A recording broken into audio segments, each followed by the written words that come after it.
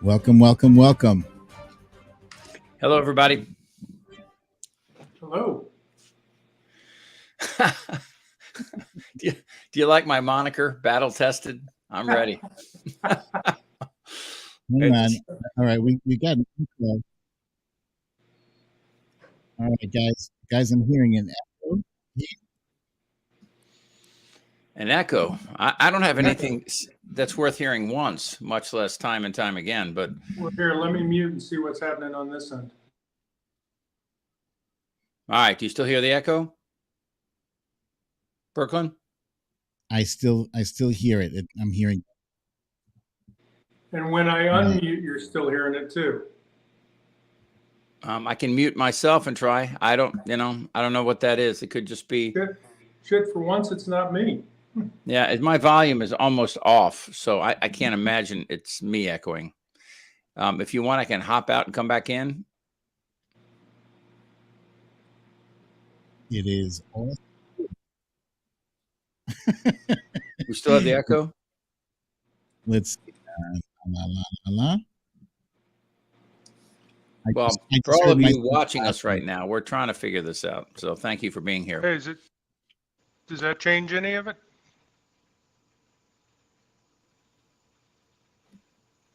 Any better? Let's see. Yeah, I put on a headphones. Maybe that'll help. Yes. There we go. There was. There was my fault. Our listeners aren't hearing echoes. My streak is unbroken. Well, hello, everybody. This, of course, is the Really American broadcast as we move our way up for the 1 p.m. hearings on the East Coast, which today should be, well, this probably will be the last hearings. Is that right, guys? Do we know that for a fact? It's the last announced ones they've had. And especially before the election, because definitely for the election, right? God forbid we have justice before the elections. It still kills me that we were so afraid to indict Trump because we don't want to influence the elections. Meanwhile, he's out doing that very thing. Again, it's all backwards right now. What do we expect to hear today? Do we know who some of the guests are? And guests, I should say. I love that, guests. You got a subpoena. Oh, I'll show up.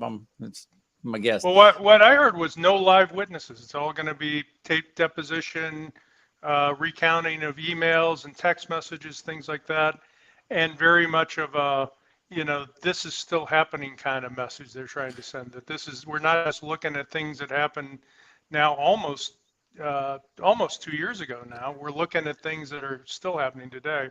That's what I'm hearing they're going to go with. So they, when they deposed Ginny Thomas, did they videotape that? Is it possible we'll see that too today? You would imagine, right? It is possible. I think I'm sure they taped it. Whether they're going to use it, who knows? Well, it'll be interesting to hear the wife of a sitting Supreme Court member call the election a lie and say that it was. I mean, that's where we are. That's what the reporting came out of her testimony was. She still adamantly asserts it was a fraudulent election. And, of course, with absolutely no proof, just for those that might have just woke up today after a 3-year nap, right. There is absolutely no evidence whatsoever. And, of course, this is backed up by Republicans in all the states in question, including Arizona. They went through. There's absolutely nothing that would indicate that there was any kind of actions by the Democrats or anybody else for that matter to change the results of the voters. Did you see? I saw this. It was pretty disturbing. A couple of Republicans saying that all they have to do is essentially elect the right Secretary of States in these 6 or 7 states, and then they have the problem solved, which creates obviously a whole new set of circumstances, and Roberts and the Supreme Court are going to have to figure out, they have been put in this position, like it or not, that they're going to have the ones to decide how much leverage we give a state in determining the will of the people. Can they elect electors that weren't elected by the people? Can they just decide? Can the legislature of that state decide where their electoral votes goes, despite what the people say? I mean, that's pretty much where we're looking at right now. Well, the theory that's out there, and it is, I think, still a fringe theory, but Jesus, the fringe is getting awful big, is this independent legislature theory that's kicking around on the right side, which basically says just what you're describing.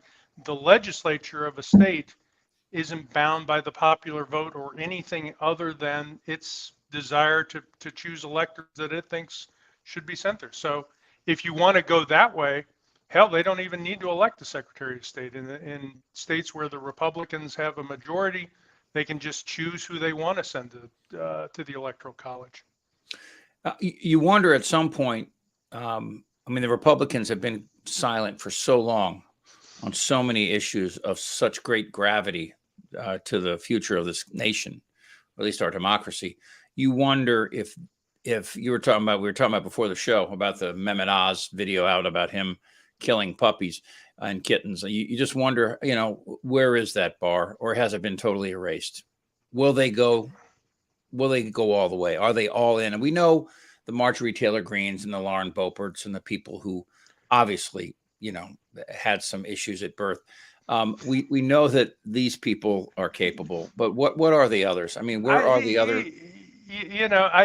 I'm done predicting, because every time I say, here's the floor, we can't go lower, somebody finds a way to go lower. And so I'm out of the how bad can it get predicting business, because every time I make a prediction, somebody says, oh yeah, watch this. Let me just jump this in here. In case you don't know who Jon is, Jon Austin, I've known Jon for about 40 years. Jon was a former press secretary for Tom Eagleton, a Democrat from Missouri, as you guys say, either way, was a pro-life Democrat. I mean, a real interesting, pro-life, anti-gun control Democrat, the weirdest thing in the world. Yeah.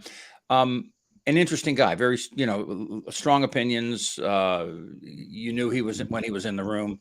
And Jon runs a crisis management firm that, oops, we just lost Jon. But he'll be back.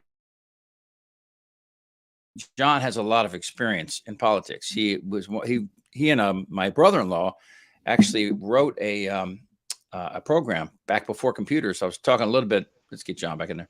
Jon, I was talking a little bit about you guys actually wrote a program to it was called Capstone 30 some years ago, before computers, that would track opposition voting and legislation, and use that sell that information to people running. It's become commonplace, but back in the day, that was thought of as kind of novel. What can we do with these computer things for politics? Well, we've run way beyond that. So I'm looking at some of the comments here, Brooklyn, that people have, and they're actually pretty interesting. It's fascinating to me that when you see this, could we end again, we talk about constitutional amendments, and I see this a lot, and that's a great, but the real question here is, when you talk about things that we need to or want to change, and how do we do it? A constitutional amendment, we saw the ERA. If the ERA wouldn't pass, we're not going to pass anything in this environment. So we should forget about it. The Electoral College is going to be around probably for the rest of our lives. Not necessarily. Let me give you a scenario in which that does happen. Best case scenario, we get a filibuster-proof majority. Boom. Bye-bye. No, but that's not how you change the Constitution, Brooklyn. You got to do it by the states. You need 3/4 of the states, right, Jon? Yeah, you need, if I'm remembering, and maybe somebody can correct me if I'm wrong, 2/3 vote of both houses, and then 3/4 of the state legislatures of all states. So what's that? 37 states, and a lot more of a voting block in the House and Senate than we've seen in a long time. I mean, we did it when people wanted to drink booze, so maybe, maybe it's possible now. But again, I think what a lot of people are looking at here, and Diane writes, and I think this is really right on. If SCOTUS decides to allow states to overturn the voters' decision, we might as well hang it up and look for the exit. Some of the people that I work with, there's a guy. I don't necessarily disagree with that. I mean, right? I mean, if that's where we are, then we don't live in a democracy.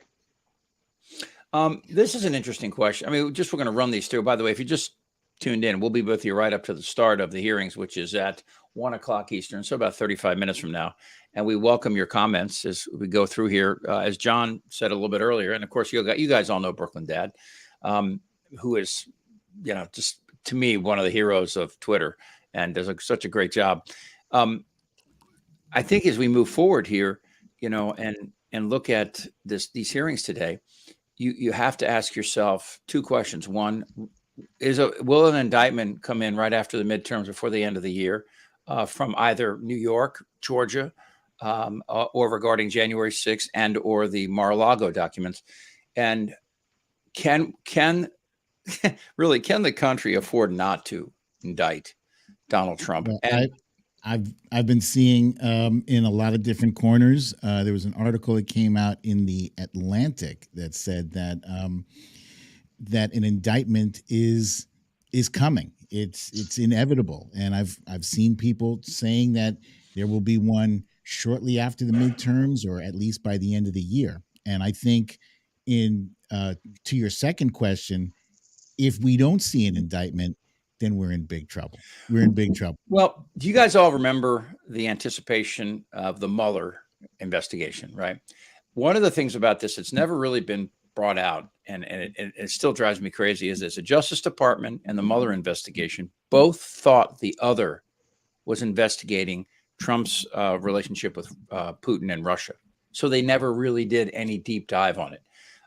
There have been many books written about his relationship with Putin and oligarchs or kleptocrats or whatever you want to call them.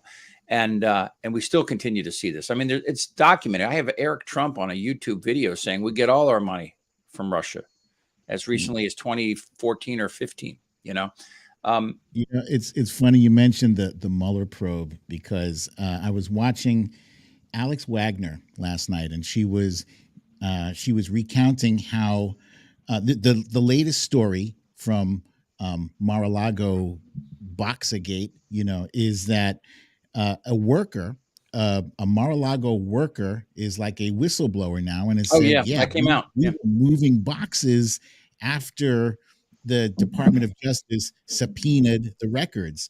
And so the buildup, the way Alex Wagner, who, by the way, is doing a very good job taking over Rachel Maddow's slot, but the way she described this, it was almost like breathless, like, yeah, we got him. And it just kind of, it reminded me of a Saturday Night Live skit in which it was this thing called Inside the Beltway. And Chip, correct me if I'm wrong, didn't you have a show called Inside the Beltway? Yeah, I actually own the domain insidethebeltway.com. I've had it for 20 years. So you need to see this Saturday Night Live skit. I will send you a link to it. But there are 4 panelists, and 3 of them, they take turns saying, yep, we got him this time. It's undeniable we got him. And all the way at the end, there's Kenan Thompson, who his flat answer is always, ain't nothing gonna happen. And that was how I felt last night. It was like, I hear you, Alex Wagner. I hear the excitement in your voice, but I'm kind of I want to see him indicted, but I feel like, God damn it, they're talking about obstruction of justice with him moving the boxes after the Department of Justice Act. We had 10 counts of obstruction of justice in the Mueller probe, and zippity doo. Well, no, it's easier than that, Brooklyn. We had Obama telling Lester Holt that he fired Comey because he was investigating Russia. He admitted it in an interview that he fired impeded an investigation. Yeah, Trump fired Comey because he was investigating Russia. So, yeah, I mean, we've all been down this road before. We can all make predictions, but I think when you look at somebody like Liz Cheney, and you look at you wonder if she is, she's the one leaving, turning out the lights on the Republican Party. She's the last vestige. I mean, for God's sake, she's in Arizona campaigning for Democrats now, and that woman is about as close to a Democrat as I'm trying to think of an appropriate metaphor that I don't want to insult someone. That's hard. As Kirsten Sinema. But yeah, anyway, so I mean, these hearings today, again, it'll be the same crowd: Schiff, Kinzinger, Cheney, I'm sorry. I should remember the head of the committee. Benny Thompson. Benny Benny Thompson. Thompson. Thank you.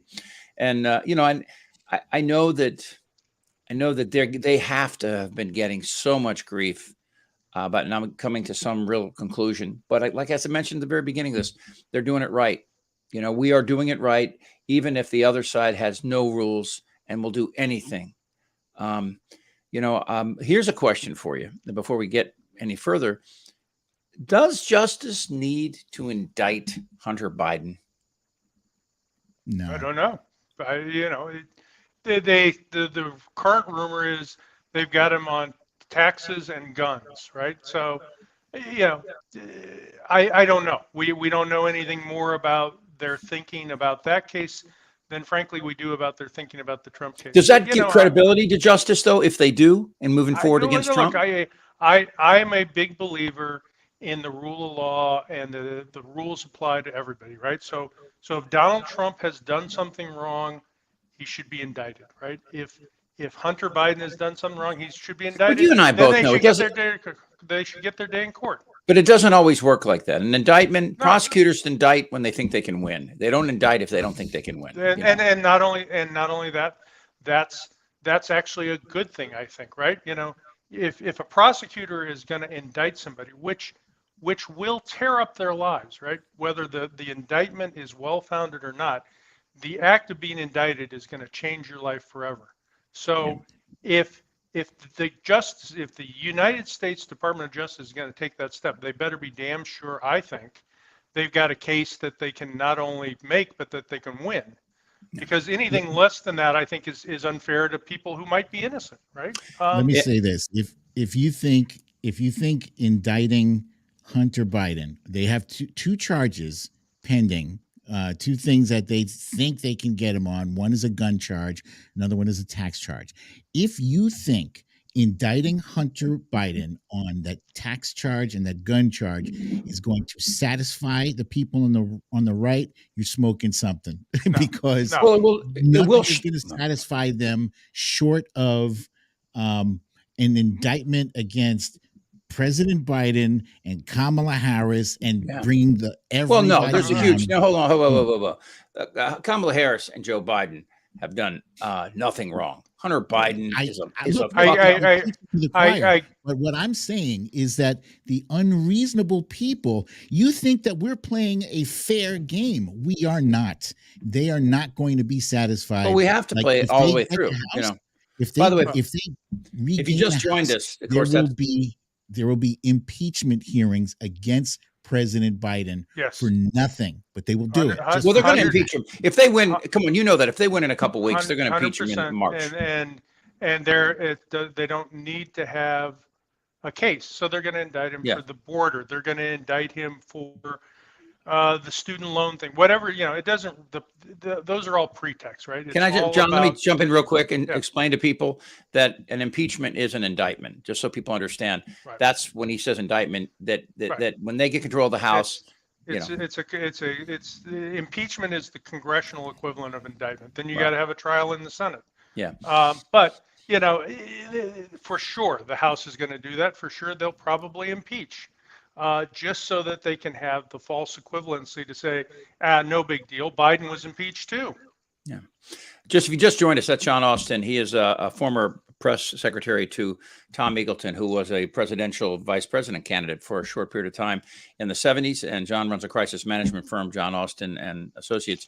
And of course, Brooklyn Dad, I'm Chip Franklin. We're talking this up.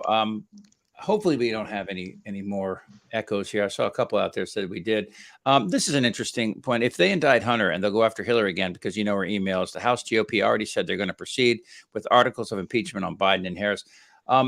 Which brings me to the question is, do you think, you guys were talking about this before we went on air, some of the numbers, I'm encouraged by the candidate running against Beaupert.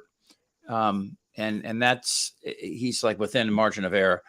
Marjorie Taylor Greene's going to win, though, and Jordan and the others that we had a hope. With the redistricting in Ohio, it's impossible with that legislature to elect a Democrat in any of those regions that they gerrymandered. But I don't think we're going to hold the House, but I don't think we're going to lose the House big. I think there's only 6 seats now that we have. So I mean, if we lose 7 or 8 or 9 or even 10, it's still a number. I do think the Herschel Walker will lose. I think Warnock's going to win. I think Oz is going to lose. I think that there's a good chance that Ron Johnson's going to be looking for a job next year. That would be great. I mean, Yeah. I mean, and I Tim think Ryan. What do you think about Tim Ryan against JD Vance? Vance is going to win that. I mean, Really? I will say, if the trends are running Democratic on election night, Ohio's in play. I'm concerned that the trend is running the opposite direction. And, as somebody said recently, I can't remember if it was 538 or somebody said, these things don't sort of, toss-ups don't break 50-50, right? We don't win some, lose some. There's a trend, right? There's a momentum on each election night. If the tide is running with us, we might pick up Wisconsin. We might pick up Pennsylvania. We might even pick up Ohio. If the tide's running against us, we could see them pick up, they could pick up Georgia. They could hold Pennsylvania. They could hold Wisconsin. They could pick off Nevada. Everybody that I'm talking to is panicky about Nevada right now. So get your popcorn ready. So you think there's a scenario where they get the Senate and the House? Yeah, no, absolutely. I mean, we just had But hold on, John. So everybody, but not in the numbers that they could impeach him and remove him. Obviously, no. Again, you got to get, what is it, 2/3 of the Senate to convict? I think it is. So yeah, they're not going to get there unless. Well, I don't think they're going to get there at all. Okay. One last thing. Under any scenario. So one last thing to jump in here, though, is to say, all right, obviously losing the House and the Senate means they're going to impeach Biden. It'll be hopefully political that they're doing it, because there will be absolutely nothing to base it on. In some ways, does that not make 2024 an advantage for the Democrats to swing the whole thing back? If they don't lose real big in a couple weeks, doesn't that, and John's shaking his head, doesn't that give them some momentum to show the country exactly what's happened now at the tail end? I mean, if Trump decides to run, isn't that still disastrous for the Republican Party? Yes. I think Trump is a disaster for the Republican Party. And he's going to run. Don't we all agree he has to run? I think No. I think he's going to come to that. I think he has come to that conclusion. It's my That he has to run.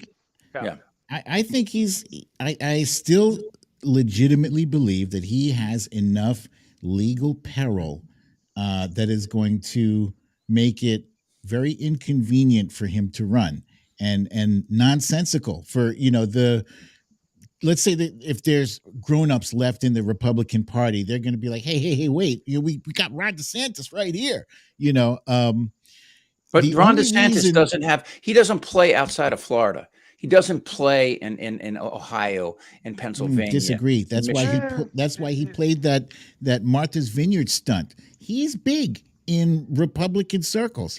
They you mean like the stunt him. that could get him indicted? Yeah, that. They But don't yeah, care about that stuff. Nobody's really getting indicted these days. But here's my thinking. Trump, the only reason Trump is leaving the specter of his running for election in 2024 open is so that he can keep the fundraising spigot open. As soon as he says he confirms he's not running, several things happen. The power dynamic shifts. He likes having the attention. He likes everybody thinking he's the kingmaker. Okay. What if he keeps the money that he's not supposed to keep? Who's going to stop it? He stole documents that are top secret, SCIF only documents, and nothing's happening to him. He raided the U.S. Capitol to try to stop the just election of a U.S. president. Nothing's happening to him. So you're saying that if he keeps a few extra bucks when he I mean, come on, man. They don't care now at all. They don't care at all. Well, so nothing's not happening to him. But here's my theory for why he's running. One is, let's start with the only thing Trump cares about, period, is himself. Period. Right. End of story. Right. So if somebody and we know that the crazies circle around him, right? Because everything about January 6th was all about the crazies jacking him up. Somebody's going to come to him and he's going to say, and you can almost hear him do it in his voice, "Sir, you need to run for president again, because if you're running, they can indict you. And if you win, well, then you can fix everything, right? So Trump is going to grab onto that straw, right? As the doors get more and more narrow and more closed, he's going to see running for president as his best chance of survival. I agree. That's exactly it. That's all he cares about. Period. End of sentence. Well, again, if you just joined us, we're walking this right up to the start of the hearings, which is in about 20 minutes, and we'll run probably with a break, and somewhere up to 2.5 hours, somewhere along those lines. That's what I saw. That's what we're hearing. Yeah. Yeah. And so what happens tomorrow? I mean, obviously, the numbers, the inflation numbers came out today. They weren't good. Especially when you're talking about home heating oil, and obviously that's not going to play in November yet in most parts of the country. But we're in a position where everybody that says something bad about Trump is part of this conspiracy against conservatives. Evangelicals are in. Any borderline Republican in the House or Senate that's running for a seat is in. How many people are election deniers running in the Republican Party? Over 100, something like that? Over 200. Over 200? The posted account, yeah. Okay. And so, again, some are full-fledged and others will say, well, I want to see more evidence, kind of bullshit. But, it's a difficult place for the Democrats. I mean, they have to decide what to do if, in fact, they lose the House and Senate regarding Joe Biden moving forward. They have to decide, I think, are they playing this game the wrong way now? Have the rules changed? Will they ever come back? Liz Cheney said the other day that she thinks the Republican Party's gone. And if the Republican Party is truly gone, what replaces it? Is it the Q Party now? Are they really that far down the road? It's the MAGA Party. Yeah. What does that mean? What does that mean when you say the MAGA Party, though? Because Trump won't be around in 5 years. He'll probably be dead. But the emotion and the energy that he has ridden to where he is will still be around, right? And I agree. We can pick any name we want, but MAGA certainly is as good as any.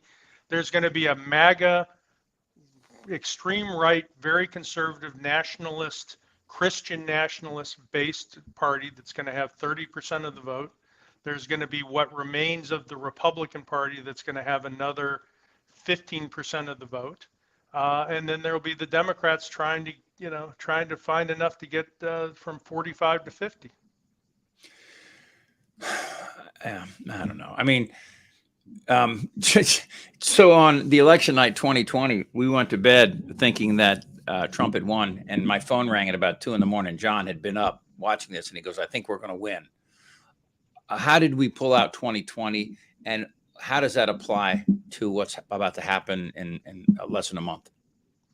Well, we won 2020 because enough moderates, Republicans, and independents, and particularly suburban women, said, I don't want 4 more years of this, right? And Biden looked like a safe, sensible, sober, not going to shake things up kind of alternative. And that's what got us here, right? And we were talking before we went live about the Democrats, right? The Democrats are historically lousy at messaging, right? There is a case to be made, a really compelling case, that Joe Biden, with a 50-50 Senate and a 5-vote margin in the House, has done remarkable legislative work. Right. And to his credit, not by executive order, right? Executive orders they're like the devil's temptation if you're in the fucking White House to say, well, we can't get the Congress to go along, let's just do it by executive order. And every president of either party for the last 50 years has expanded the use of executive orders. And Biden, bless his institutionalist, middle of the road heart, has gotten these victories that he's gotten almost entirely by legislative action, right? Which which is remarkable, right? Given the level of vitriol we've had here, he and his administration ought to get a lot more credit for that, because it is remarkable. For all of us that are over 45 and remember the Cold War, and look at Putin now, who is obviously cornered.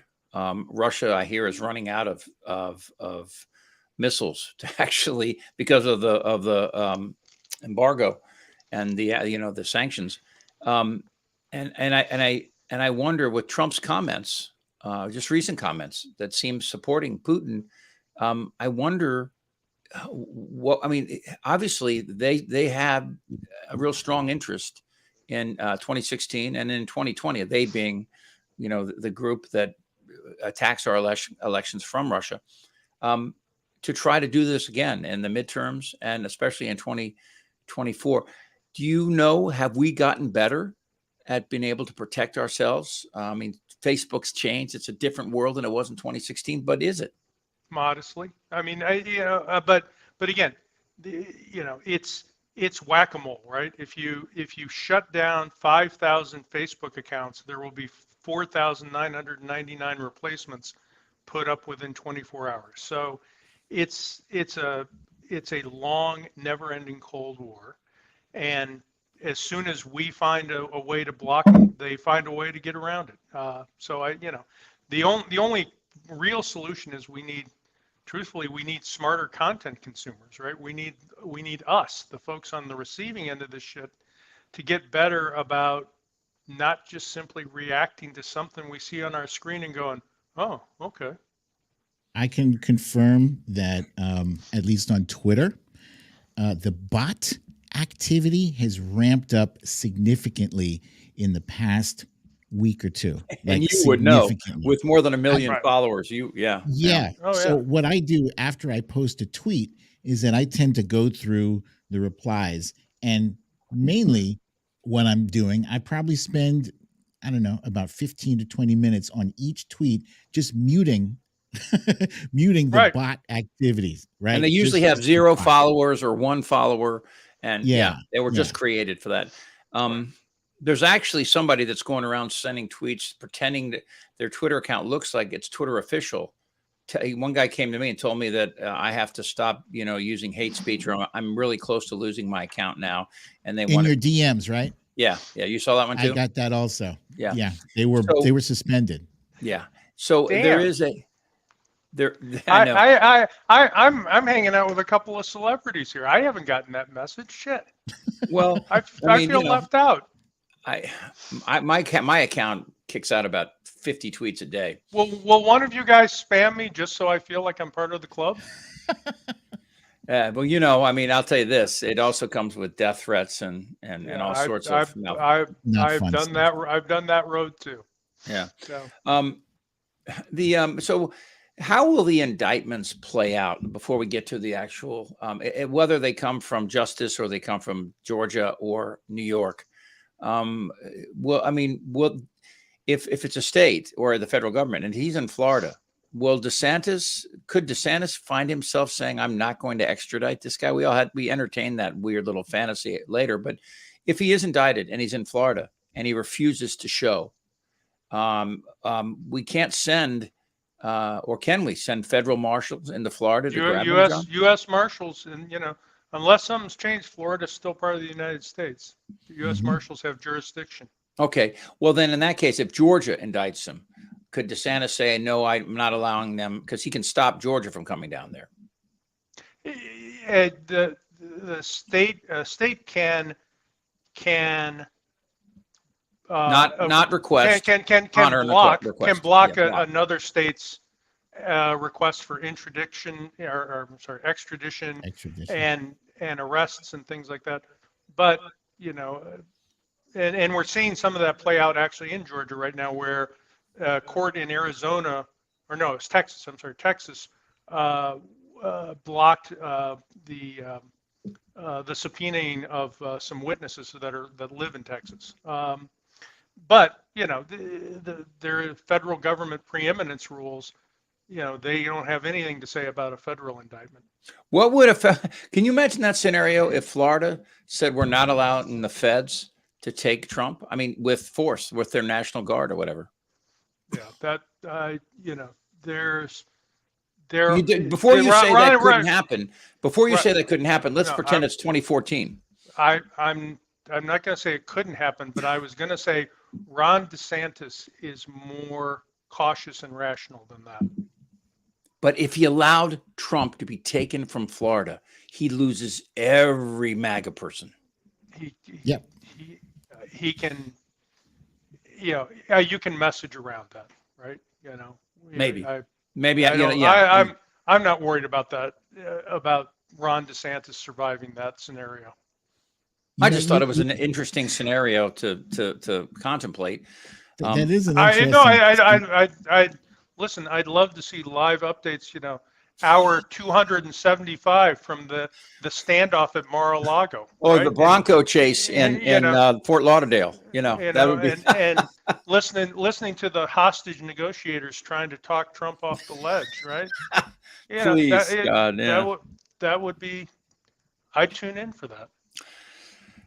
That is Jon Austin, a former press secretary for Tom Eagleton, and now has his own crisis management firm called Austin and Associates in Minneapolis, and of course Brooklyn Dad. And I'm Chip Franklin.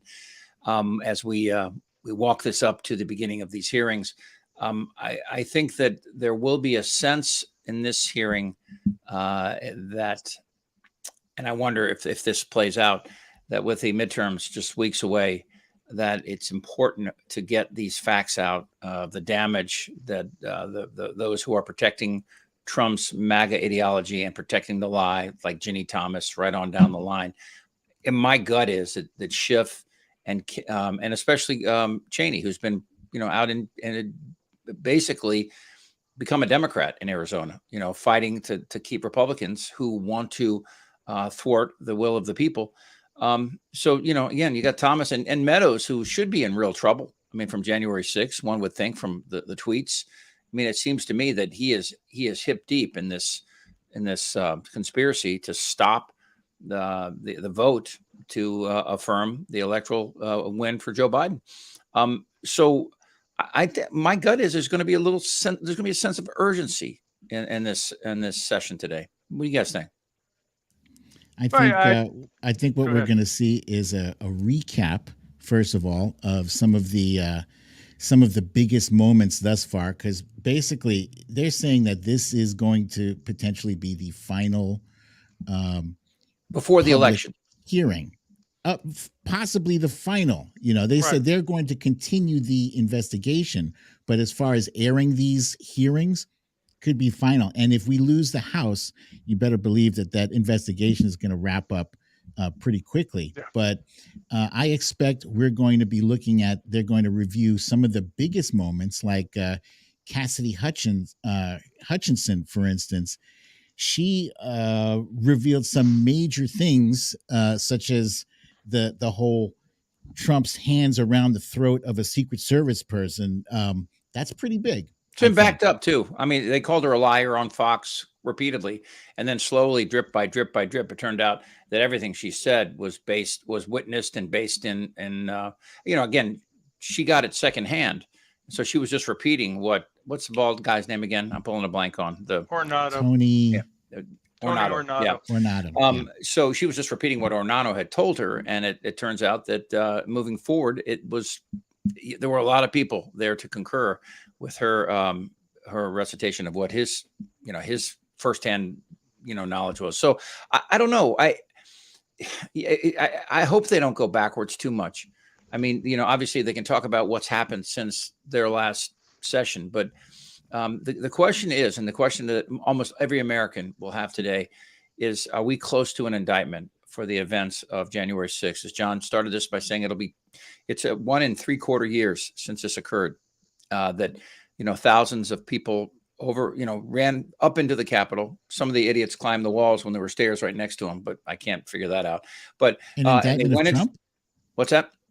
You said, are we close to an indictment of Trump? Well, people are going to want to know, is January 6th is that just going to be whitewashed? Is there going to be someone held responsible for setting these people on and setting them in there? Ashley Babbitt's mom and others are all now, part of the Ginny Thomas, this was just we needed to do this. If we got to figure out, we got to stand up to that. And we got to stand up to it strong. And the only way to really stand up to it strong is use the power of the Justice Department to arrest and incarcerate the people that planned it. And right. So they said the January 6th committee cannot indict him. No, of course they can't. But they can recommend Merrick Garland, the Department of Justice. Merrick Garland has his own investigation going on. That's that probably working with the I would imagine with the committee to some extent. That'd be a great question. What is the frequency of your communications with the Attorney General? They won't answer it, but I would like to know. Yeah, I think nothing happens before the election. Probably certainly not at the federal level, and maybe at the states too. But the walls are closing in, and I don't know if they're going to close in all the way. But he's got Fulton County, he's got the documents at Mar-a-Lago, he's got January 6th, he's got the E. Jean Carroll deposition this week, and he's got the state attorney general in New York, he's got the circuit attorney in New York. That's a lot of litigation, even for a guy who loves litigation. It's 19 cases, actually. Yeah, exactly. I don't know. I mean, you know what most people are saying right now? They're saying, how long have I been hearing this? Right. No, that's exactly right. Ain't nothing going to happen. Yeah, no, I'm one of those people who thought the Mueller report was doing what we were talking about earlier, looking at the taxes, looking at Russia, looking at all of the aspects. And I was disappointed when the report came. As damning as it was, I thought it didn't go far enough. But there's a lot of sharks circling this particular lifeboat that the orange guy is on. Well, I mean, obviously, if an indictment in a state court is in some ways, I'm more excited about that because if he, first of all, you got him on tape in Georgia, talking to Raffensperger, trying to get him to change the vote. It was a perfect call, man. Yeah. And you have that. So you take that before a grand jury and you say, here's the law. Here's what he did. You indict, right? What's the old saying? There's no defense in a grand jury. So you indict. You can indict a ham sandwich. They say. Right. You indict Trump. You set a court date. He has to appear for an arraignment. If he refuses to appear for an arraignment, then you work with the state of Florida. Then you put Florida on. I don't know why they didn't do this earlier. I think they're probably taking recommendations from the DNC to not do it before. No, it's a Justice Department guideline. You're not days, supposed to. Right? It's not justice. We're talking about Florida, Georgia, though. John. I know, but I think it may not be a formal guideline there. But it's a political consideration where if I were the county attorney in Fulton County, I wouldn't necessarily want to throw that bomb. Who will indict first? If an indictment is inevitable, will it be New York, Georgia, or a federal indictment? I'm going to be a Pollyanna. I'm going to say the feds. I'm going to say in November, sometime after the election in November. Relating to the documents or January 6th? I think he will be indicted on the documents. And here's the thing, I'm stealing a line from somebody, and I wish I could remember who to give credit to, but somebody on Twitter today said the following: every fact that has come out since the raid on Mar-a-Lago, every fact, every development has made this look worse and worse for Donald Trump. There has not been a single exculpatory fact emerge that makes it look better for him. Unless you only watch Fox News, then those things don't even exist. Then then that's a whole nother podcast to talk about, or right streamcast. But I think I'll put that down. November, feds indict first. I say Georgia indicts first. I think they're chomping at the bit. I think that Kemp wants it to happen. I think that the Justice Department in Georgia feels like, there are a lot of smart Republicans left in the South that aren't MAGA Republicans, and they're trying to figure out exactly who they are. And I really do. I think the Republican Party is in hiding, almost like they're in London during World War II, and when the MAGA bombs stop, they'll come out. And they didn't just disappear and turn into these monsters overnight. They're around, and I think there's a lot in Georgia. They're not monsters. They're cowards. They're fucking cowards.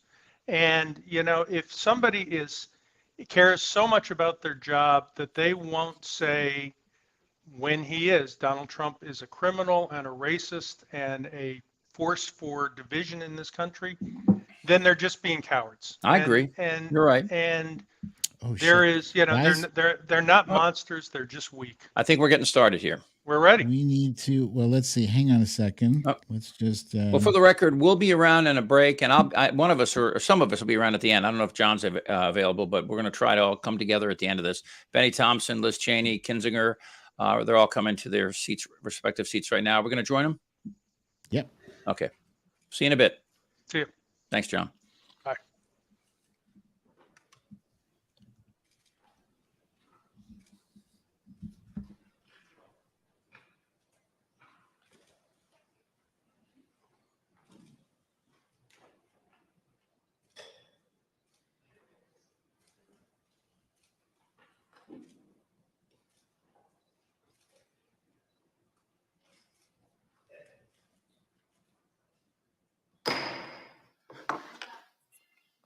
The Select Committee to investigate the January 6th attack on the United States Capitol will be in order. Without objection, the chair is authorized to declare the committee in recess at any point. Pursuant to House Deposition Authority Regulation 10, the chair announces the committee's approval to release the deposition material presented during today's hearing. Good afternoon, and may God bless the United States of America.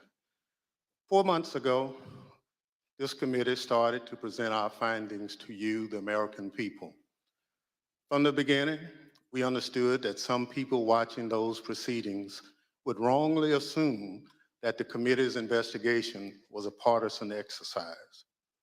That's why I asked those who were skeptical of our work to simply listen to the evidence, to hear the testimony with an open mind, and to let the facts speak for themselves before reaching any judgment. Over the course of these hearings, the evidence has proven that there was a multi-part plan led by former President Donald Trump to overturn the 2020 election. Donald Trump lost his bid for re-election, as shown from the testimony of some of the president's closest allies and advisors. Donald Trump knew he lost. Despite this knowledge, Donald Trump went to court to contest the 2020 election, and he lost in court. The Electoral College met and declared Joe Biden the winner, yet Donald Trump continued to pull out all the stops in his attempt to stay in power. What Donald Trump proceeded to do after the 2020 election is something no president has done before in our country. In a staggering betrayal of his oath, Donald Trump attempted a plan that led to an attack on a pillar of our democracy. It's still hard to believe. But the facts and testimony are clear, consistent, and undisputed. How do we know this? How have we been able to present such a clear picture of what took place? Because of the testimony we've heard and that we have presented to you through these proceedings, because of the documentary evidence we've gathered and also made available directly to you, the American people. When you look back at what has come out through this committee's work, the most striking fact is that all this evidence comes almost entirely from Republicans. The evidence that has emerged did not come from Democrats or opponents of Donald Trump. Instead, look at who's written and testified and produced evidence. Who has that been? Aides who've worked loyally for Donald Trump for years, Republican state officials and legislators, Republican electors, the chairwoman of the Republican National Committee, political professionals who worked at the highest levels of the Trump campaign, Trump appointees who served in the most senior positions in the Justice Department, President Trump's staff and closest advisors in the White House, members of the President Trump's family, his own White House counsel. I've served in Congress a long time. I can tell you it's tough for any congressional investigation to obtain evidence like what we've received, least of all, such a detailed view into a president's inner circle. And I want to be clear, not all these witnesses were thrilled to talk to us. Some put up quite a fight, but ultimately, the vast majority cooperated with our investigation. And what we've shown you over the last 4 months has been centered on the evidence that has come overwhelmingly from Republican witnesses.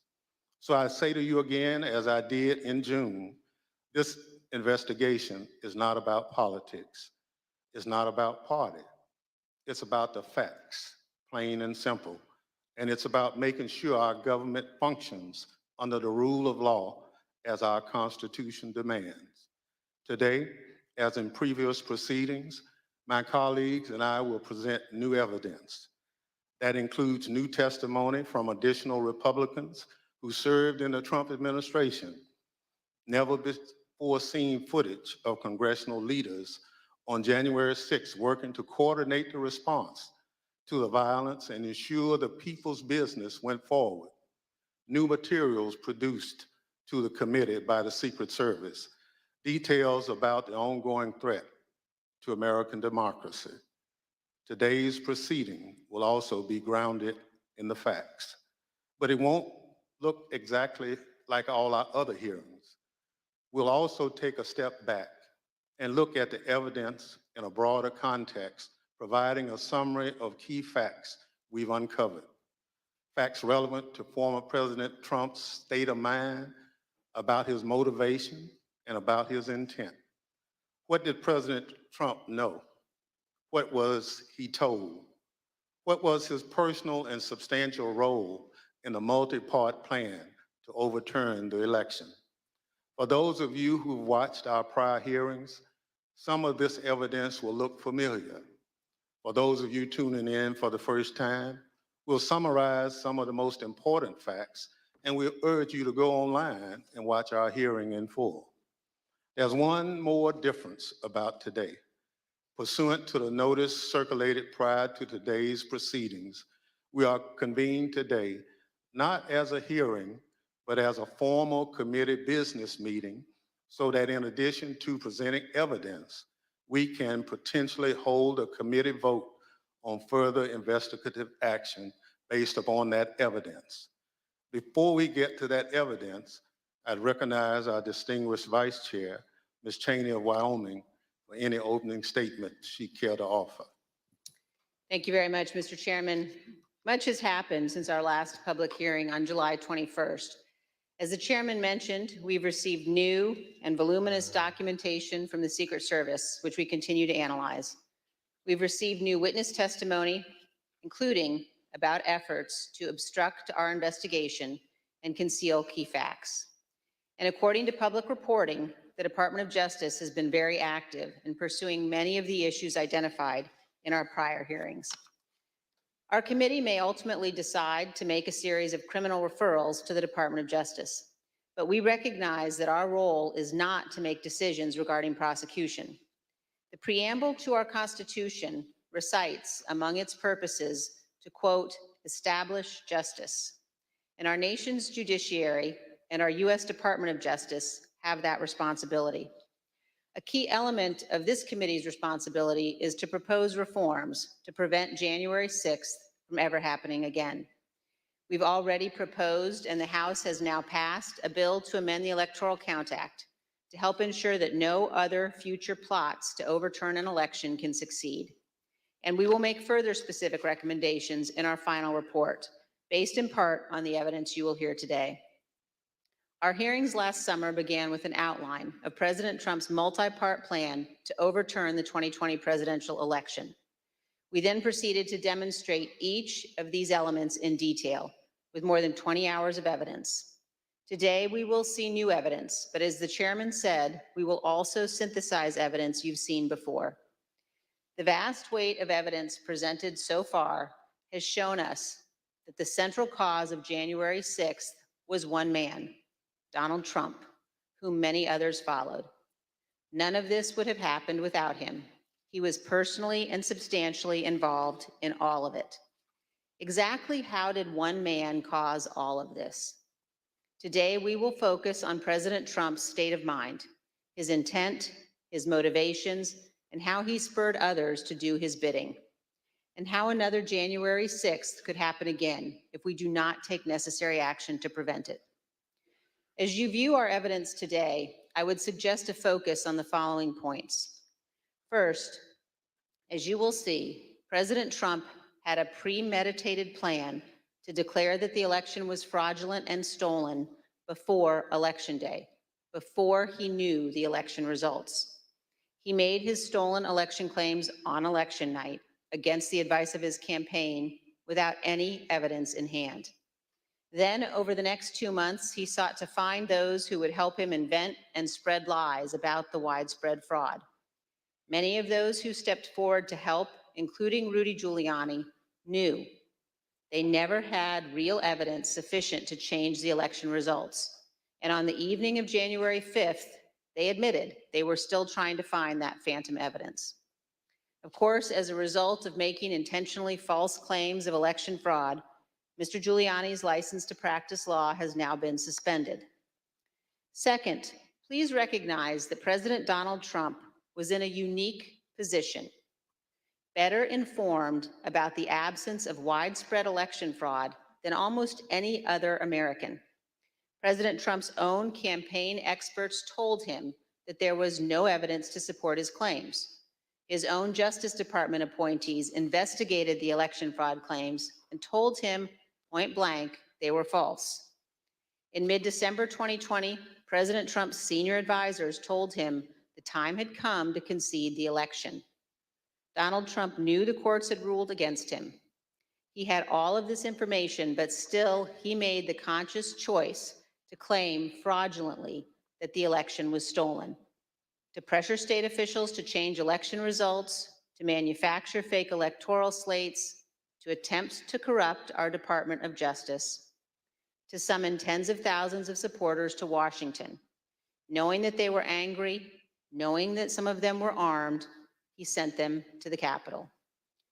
Then, as the riot was underway, he incited his supporters to further violence by publicly condemning his vice president. And then he refused for hours to disband his rioting supporters and instruct them to leave the Capitol, even when he was begged repeatedly to do so. None of this is normal or acceptable or lawful in our republic. Third, please consider today who had a hand in defeating President Trump's efforts to overturn the election. Vice President Pence, Bill Barr, Jeff Rosen, and others at the Department of Justice, state Republican officials, White House staff who blocked proposals to mobilize the military to seize voting machines and run new elections, our Capitol Police, aided by the Metropolitan Police, other federal law enforcement, and our National Guard, who arrived later in the afternoon. All of these people had a hand in stopping Donald Trump. This leads us to a key question. Why would Americans assume that our Constitution and our institutions in our republic are invulnerable to another attack? Why would we assume that those institutions will not falter next time? A key lesson of this investigation is this: our institutions only hold when men and women of good faith make them hold, regardless of the political cost. We have no guarantee that these men and women will be in place next time. Any future president inclined to attempt what Donald Trump did in 2020 has now learned not to install people who could stand in the way. And also, please consider this. The rulings of our courts are respected and obeyed because we as citizens pledge to accept and honor them. Most importantly, our president, who has a constitutional obligation to faithfully execute the laws, swears to accept them. What happens when the president disregards the court's rulings as illegitimate? When he disregards the rule of law? That, my fellow citizens, breaks our republic. Finally, as you view the evidence today, also consider this. President Trump knew from unassailable sources that his election fraud claims were false. He admitted he had lost the election.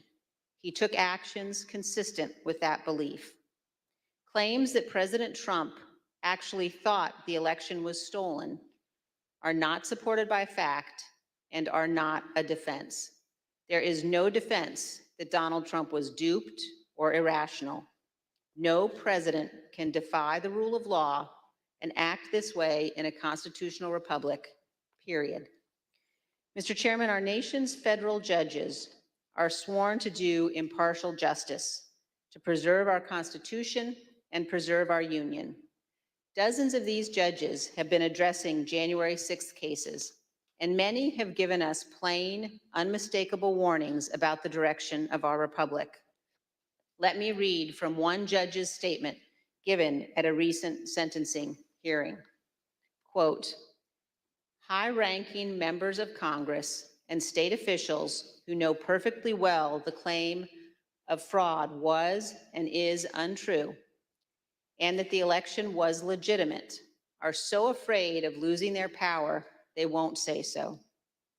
It has to be crystal clear that it is not patriotism, it is not standing up for America, to stand up for one man who knows full well that he lost, instead of the Constitution he was trying to subvert.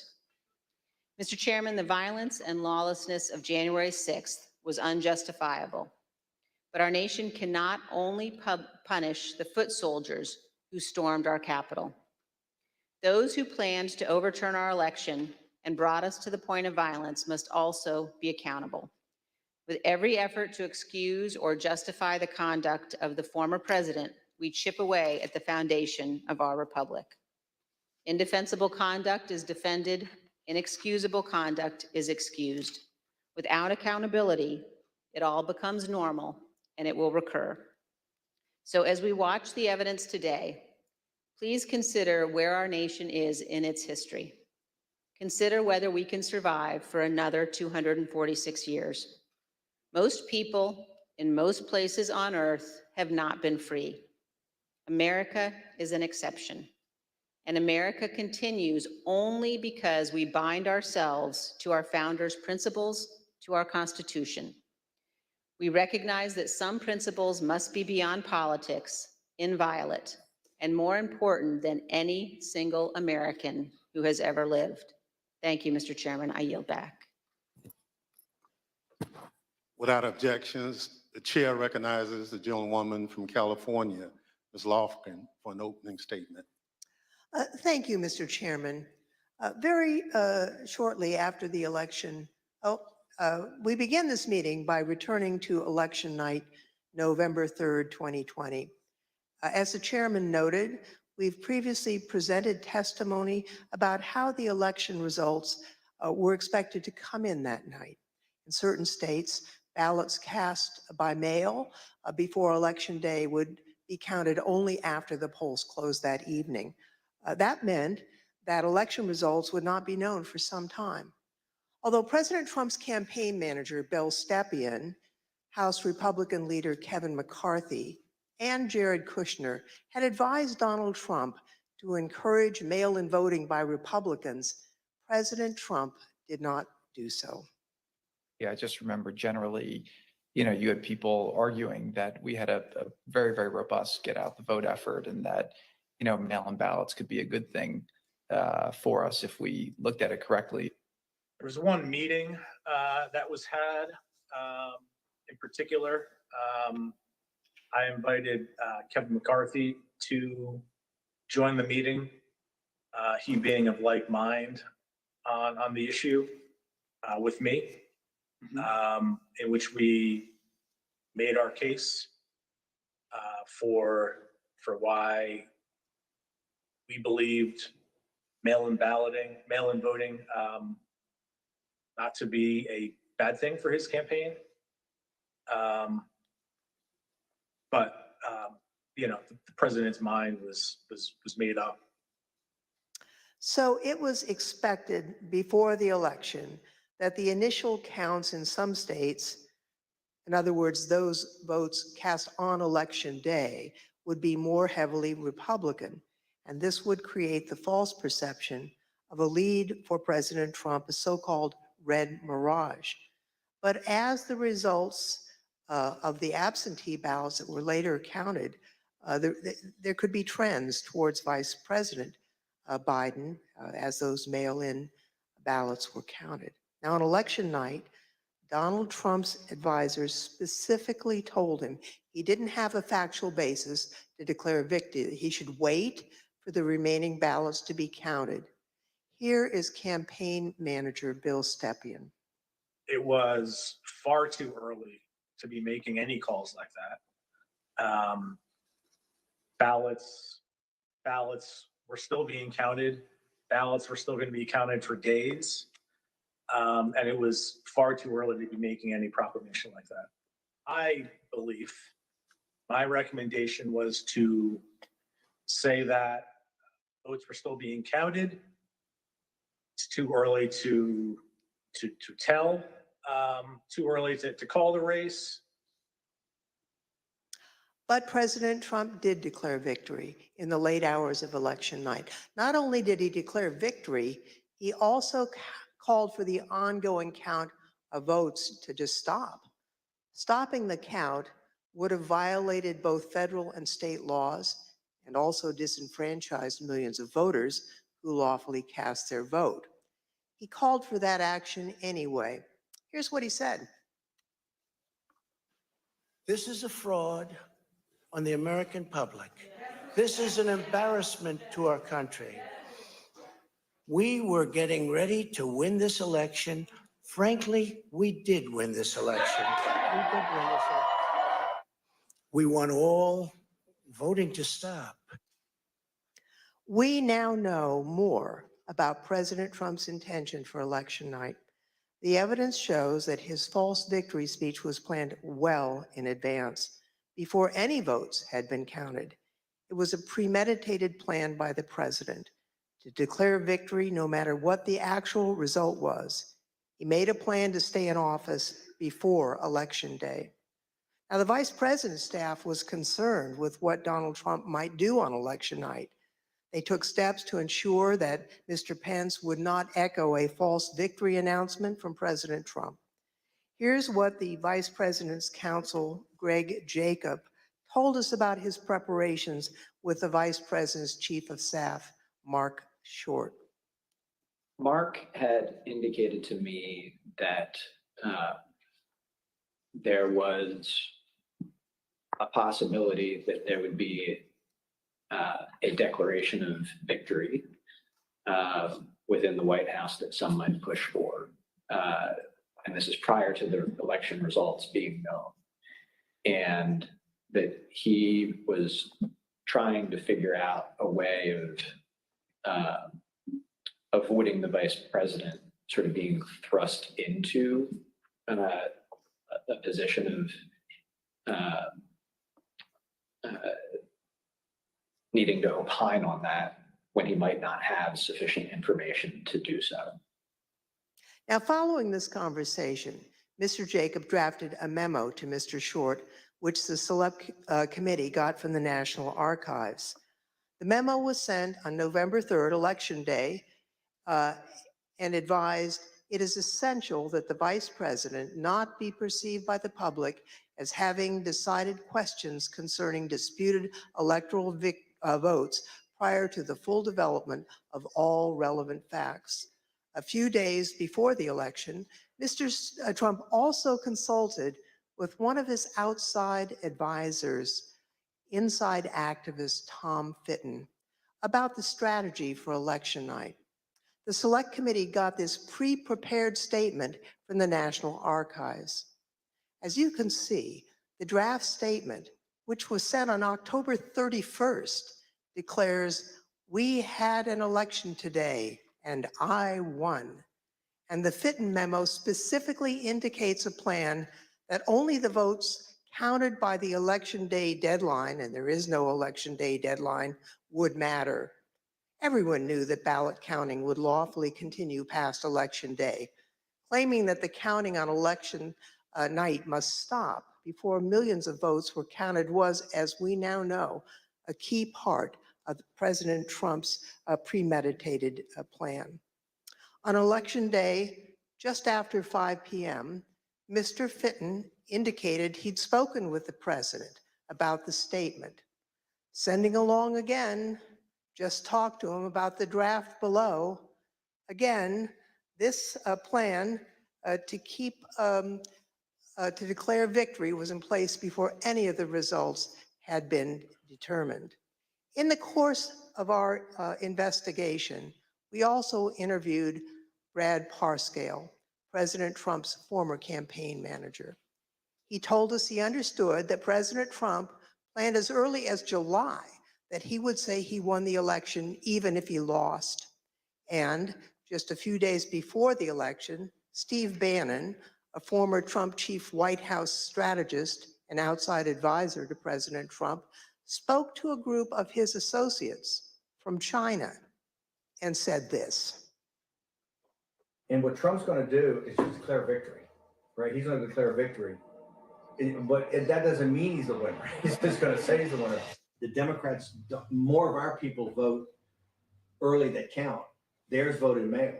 And so they're going to have a natural disadvantage, and Trump's going to take advantage of it. That's our strategy. He's going to declare himself a winner. So when you wake up Wednesday morning, it's going to be a firestorm.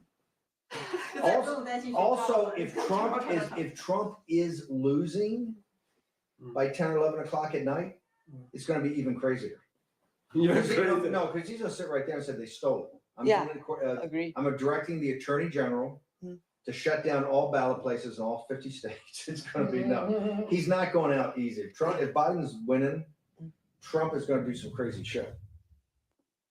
As you know, Mr. Bannon refused to testify in our investigation. He's been convicted of criminal contempt of Congress, and he's awaiting sentencing. But the evidence indicates that Mr. Bannon had advanced knowledge of Mr. Trump's intent to declare victory falsely on election night, but also that Mr. Bannon knew about Mr. Trump's planning for January 6th. Here's what Bannon said on January 5th. All hell is going to break loose tomorrow. It's all converging, and now we're on, as they say, the point of attack, right? The point of attack tomorrow. I'll tell you this. It's not going to happen like you think it's going to happen, okay? It's going to be quite extraordinarily different. And all I can say is strap in. You have made this happen, and tomorrow it's game day. So strap in. Let's get ready. Another close associate of Donald Trump apparently knew of Mr. Trump's intentions as well. Now, Roger Stone is a political operative with a reputation for dirty tricks. In November 2019, he was convicted of lying to Congress and other crimes and sentenced to more than 3 years in prison. He's also a longtime advisor to President Trump and was in communication with President Trump throughout 2020. Mr. Trump pardoned Roger Stone on December 23rd, 2020. Now, recently, the Select Committee got footage of Mr. Stone before and after the election from Danish filmmaker Christopher Gilbranson, pursuant to a subpoena. Right before the election, here's Roger Stone talking about what President Trump would do after the election. Let's just hope we're celebrating. I really do suspect it'll still be up in the air. When that happens, the key thing to do is to claim victory. Possession is 9/10 of the law. No, we won. Fuck you. Sorry, over. We won. Yeah. You're wrong. Fuck you. ABC. I said, fuck the Lord, and let's get right to the violence. That's what I'm doing.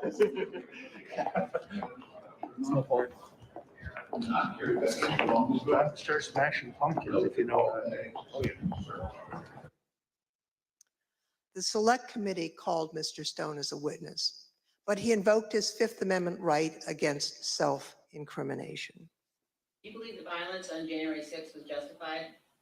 On the advice of counsel, I respectfully decline to answer your question on the basis of the Fifth Amendment. And Mr. Stone, did you have any role in planning for the violence on January 6th? Once again, I will assert my Fifth Amendment right to decline to answer your question. Although we don't yet have all the relevant records of Roger Stone's communications, even Stone's own social media posts acknowledge that he spoke with Donald Trump on December 27th as preparations for January 6th were underway. In this post, you can see how Roger Stone talked about his conversations with President Trump.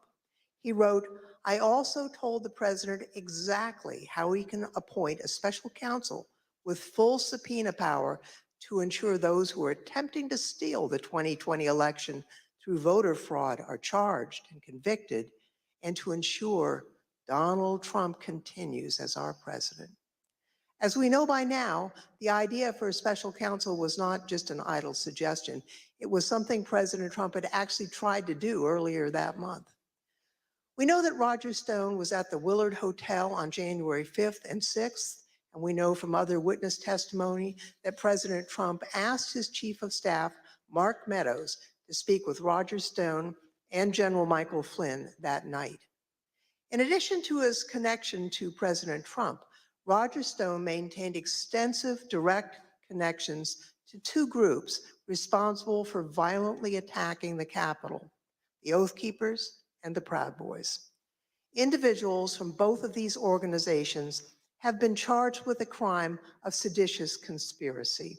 Now, what is seditious conspiracy? It is a conspiracy to use violent force against the United States, to oppose the lawful authority of the United States. Multiple associates of Roger Stone from both the Oath Keepers and the Proud Boys have been charged with this crime. Close associates of Roger Stone, including Joshua James, have pled guilty to this crime. We know that at least 7 Oath Keepers who have been criminally charged provided personal security for Roger Stone or were seen with him on January 6th or in the weeks leading up to January 6th. For example, Joshua James, the leader of the Alabama Oath Keepers, provided security for Roger Stone and was with him on January 5th.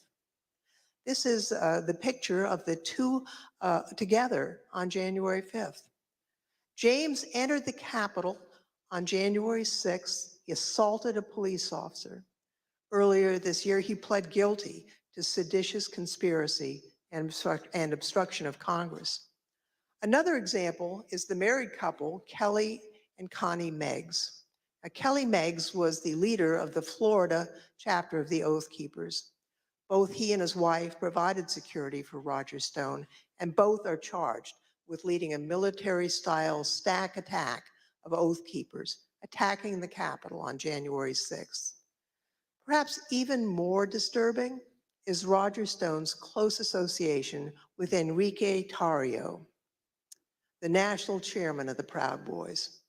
Roger Stone's connection with Enrique Tarrio and the Proud Boys is well documented by video evidence with phone records the Select Committee has obtained. Tarrio, along with other Proud Boys, has been charged with multiple crimes concerning the attack on January 6th, including seditious conspiracy. During the attack, Tarrio sent a message to other Proud Boys claiming, "We did that." He also visited the White House on December 12th. Later that day, he posted a disturbing video claiming credit for the attack. This video, posted on January 6th, was apparently created prior to the attack.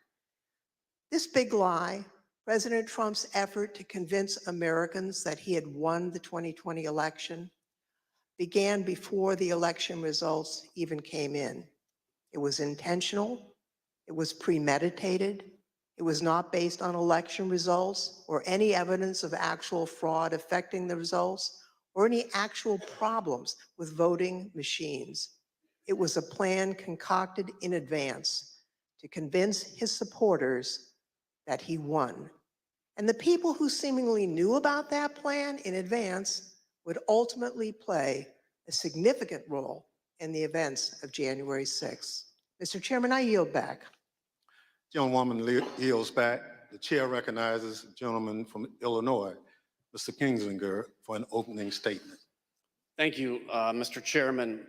Very shortly after the election, the Trump campaign recognized that they had likely lost the election, and they informed Donald Trump of that fact.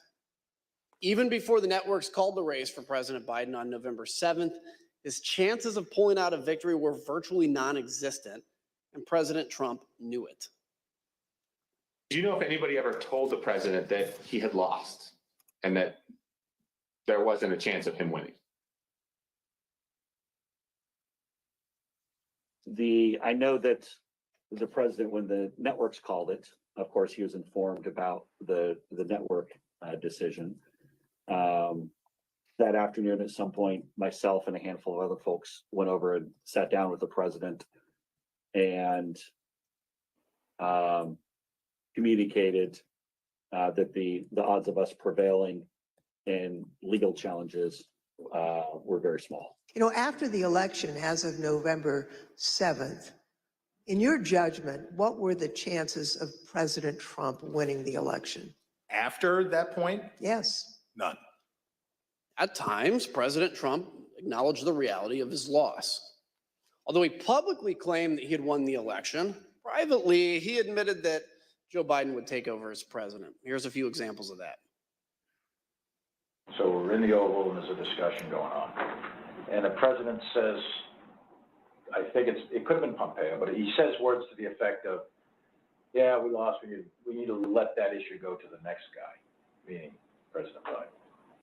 I remember maybe a week after the election was called, I popped into the Oval just to give the president the headlines and see how he was doing. And he was looking at the TV and he said, "Can you believe I lost to this effing guy?" Mark raised it with me on the 18th. And so following that conversation, we're the motorcade ride driving back to the White House. And I said, does the president really think that he lost? And he said, a lot of times he'll tell me that he lost, but he wants to keep fighting it. And he thinks that there might be enough to overturn the election, but he pretty much has acknowledged that he's lost.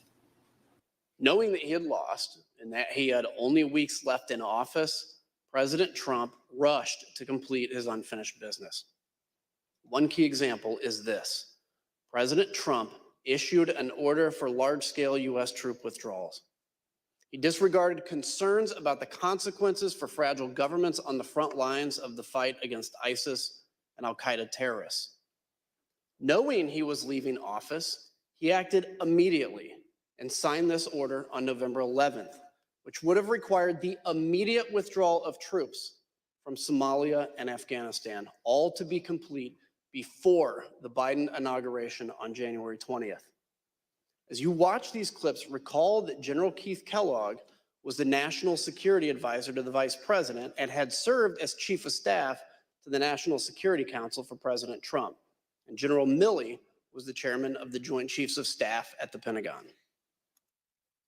Are you familiar with a memo that the president reportedly signed on November 11th, 2020, ordering that troops be withdrawn from Afghanistan and Somalia? Yes. So I think you might have seen some things where there's a memo or something from Johnny McEntee to Douglas McGregor. It says, here's your task to get U.S. forces out of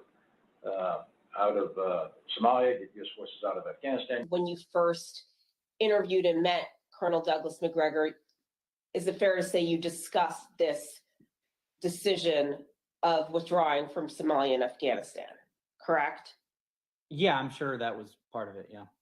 And that was the position that he was taking over there was senior advisor to the Secretary of Defense, is that correct? Yes. So on that same day, just so I'm clear, he responded back to you that they, meaning DOD leadership, was not going to take any of those steps without an order? Without a directive, yeah. I explained in language that should be in the order while I was in the meeting with McEntee. And this was my answer to him. I said, if you want this to happen, or the president wants this to happen, he's got to write an order. So you never wrote this down in any capacity? I sketched on a piece of paper for him some key statements. The president directs. This is, what's the right word? Boilerplate language. Who within his office drafted the order?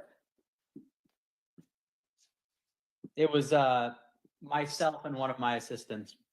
McEntee duly types it up, brings it in to the president. President signs it, and boom, it's over, faxed over, or emailed, scanned over to Castillo, delivers it to me. Was it by auto pen or was it the president himself signing it? It was the president. And who obtained that signature? I did. It is odd.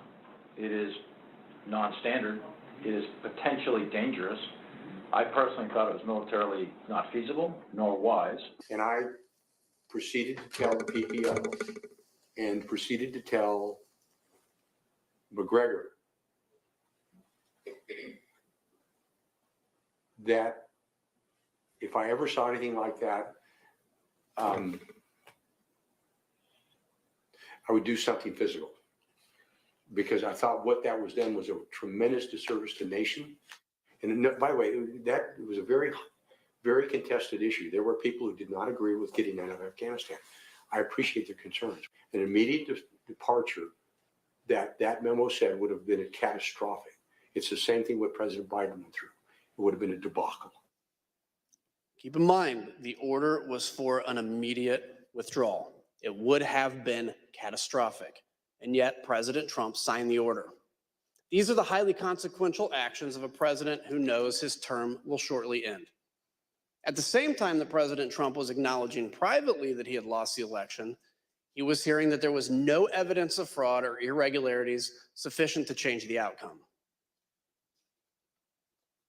I remember a call with Mr. Meadows, where Mr. Meadows was asking me what I was finding and if I was finding anything. And I remember sharing with him that we weren't finding anything that would be sufficient to change the results in any of the key states. When was that conversation? Probably in November, mid to late November. I think it was before my child was born. And what was Mr. Meadows' reaction to that information? I believe the words he used were, "So there's no there." It would be our job to track it down and come up dry because the allegation didn't prove to be true.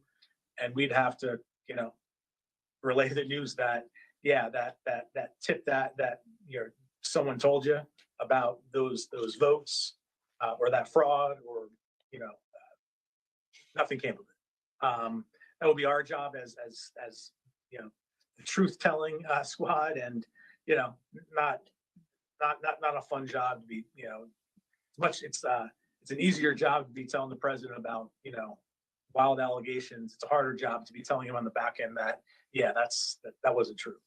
What was generally discussed on that topic was whether the fraud, maladministration, abuse, or irregularities, if aggregated and read most favorably to the campaign, would that be outcome determinative? And I think everyone's assessment in the room, at least amongst the staff, Mark Short, myself, and Greg Jacob, was that it was not sufficient to be outcome determinative. Look, it's the right of any candidate to litigate genuine election disputes. Nobody argues that, but President Trump's litigation was completely unsuccessful.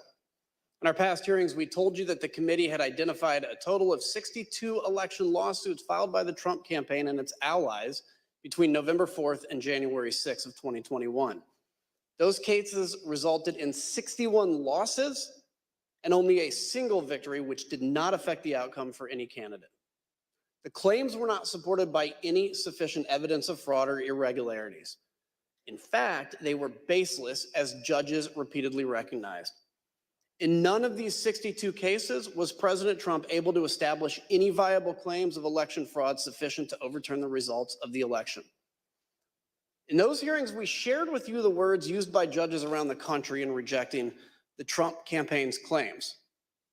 It's strong language criticizing the lack of evidentiary support for the claims of election fraud in those lawsuits. For example, a federal appeals court in Pennsylvania wrote, quote, "Charges require specific allegations and proof. We have neither here." A federal judge in Wisconsin wrote, quote, "The court has allowed the former president the chance to make his case, and he has lost on the merits."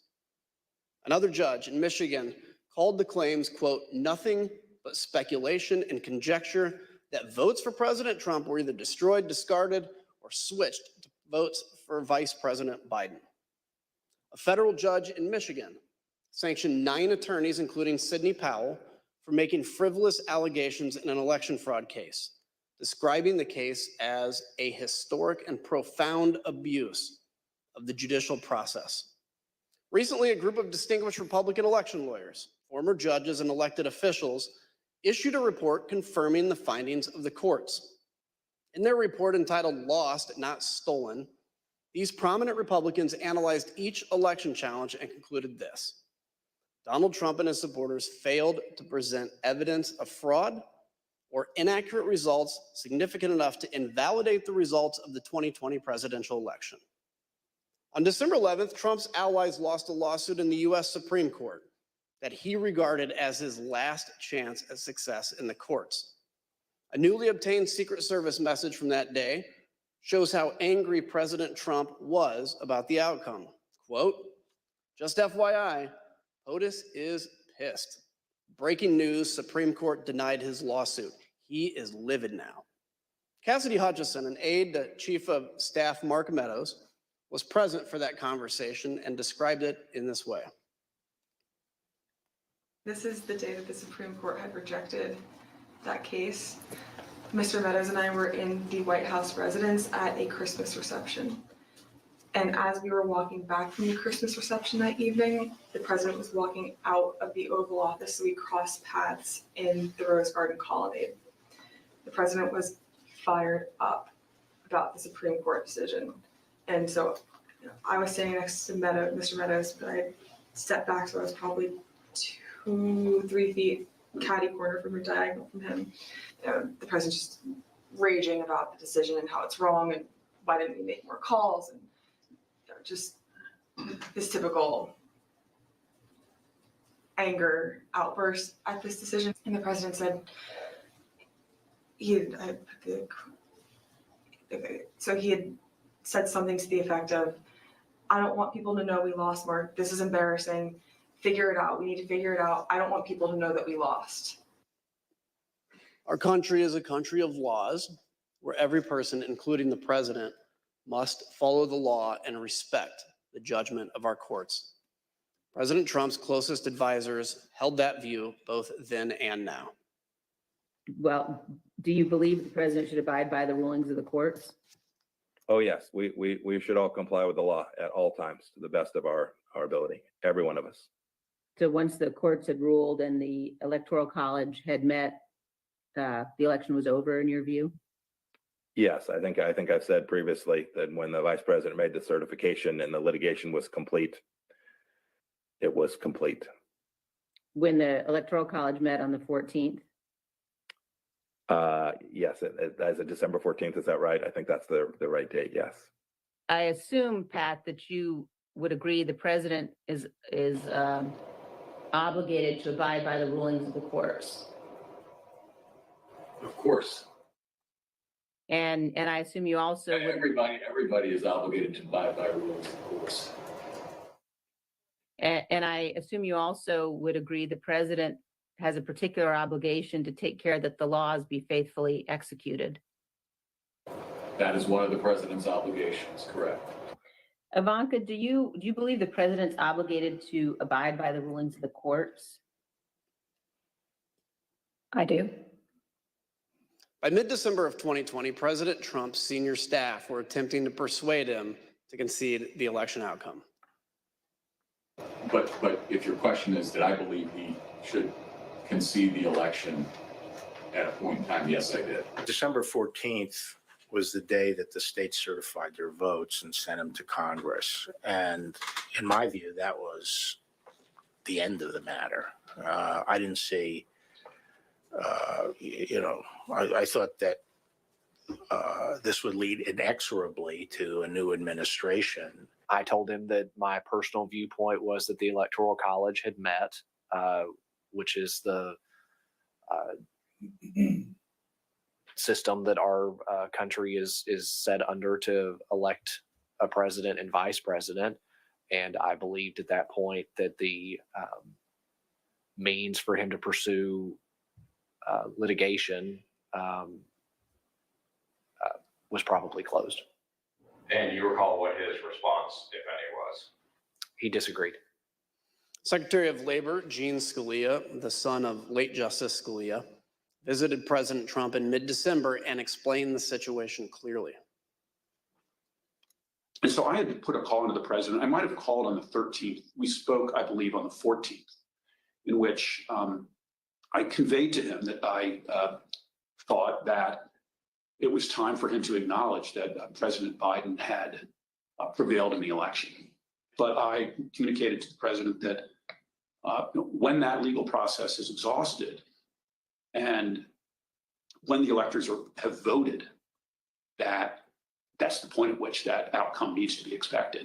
I told him that I did believe, yes, that once those legal processes were run, if fraud had not been established, that had affected the outcome of the election, then unfortunately, I believe that what had to be done was concede the outcome. Not only did the courts reject President Trump's fraud and other allegations, his Department of Justice appointees, including Bill Barr, Jeffrey Rosen, and Richard Donahue, did as well. President Trump knew the truth. He heard what all his experts and senior staff were telling him. He knew he had lost the election, but he made the deliberate choice to ignore the courts, to ignore the Justice Department, to ignore his campaign leadership, to ignore senior advisors, and to pursue a completely unlawful effort to overturn the election. His intent was plain: ignore the rule of law and stay in power. Mr. Chairman, I yield back. Gentleman yields back. The chair recognizes the gentlewoman from Virginia, Ms. Luria. Thank you, Mr. Chairman. Mid-December was a turning point. President Trump made a decision, a choice, to ignore the courts and his advisors and to push forward to overturn the election. His efforts to overturn the election were not random or disconnected. Rather, they were part of a coordinated, multi-part plan to ensure that he stayed in power. Donald Trump was the driver behind each part of this plan. He was personally and directly involved. Of course, a key element of the plan was continuing to convince tens of millions of Americans that he did not, in fact, lose. Again, he did this even though his own campaign advisors and his Justice Department officials told him his claims of fraud were wrong. In this video, you'll see that even when top law enforcement officials told the president his election fraud claims were false, he still repeated the claims in the days and weeks that followed. Sometimes, even the very next day. I specifically raised the Dominion voting machines, which I found to be among the most disturbing allegations. Disturbing in the sense that I saw absolutely zero basis for the allegations. I told them that it was crazy stuff, and they were wasting their time on that. And it was doing a grave disservice to the country. We have a company that's very suspect. Its name is Dominion. With the turn of a dial or the change of a chip, you can press a button for Trump and the vote goes to Biden. What kind of a system is this? We definitely talked about Antrim County again. That was sort of done at that point because the hand recount had been done and all of that.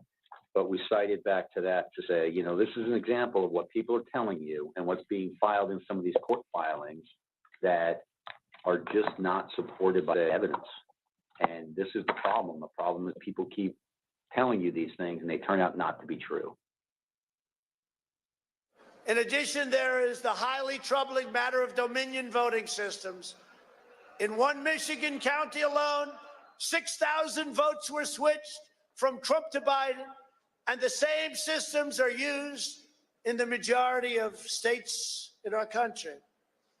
I went into this and would, tell them how crazy some of these allegations were and how ridiculous some of them were. And I'm talking about some of the ones like, more absentee votes were cast in Pennsylvania than there were absentee ballots requests, stuff like that. It was just easy to blow up. There was never an indication of interest in what the actual facts were. There were more votes than there were voters. Think of that. You had more votes than you had voters. That's an easy one to figure. And by the thousands. Then he raised the big vote dump, as he called it, in Detroit. And that, he said people saw boxes coming into the counting station at all hours of the morning. And I said, Mr. President, there are 630 precincts in Detroit. And unlike elsewhere in the state, they centralized the counting process. So they're not counted in each precinct. They're moved to counting stations. And so the normal process would involve boxes coming in at all different hours. This is Michigan. At 6:31 in the morning, a vote dump of 149,772 votes came in unexpectedly. With regard to Georgia, we looked at the tape, we interviewed the witnesses. There is no suitcase. The president kept fixating on this suitcase that supposedly had fraudulent ballots and that the suitcase was rolled out from under the table.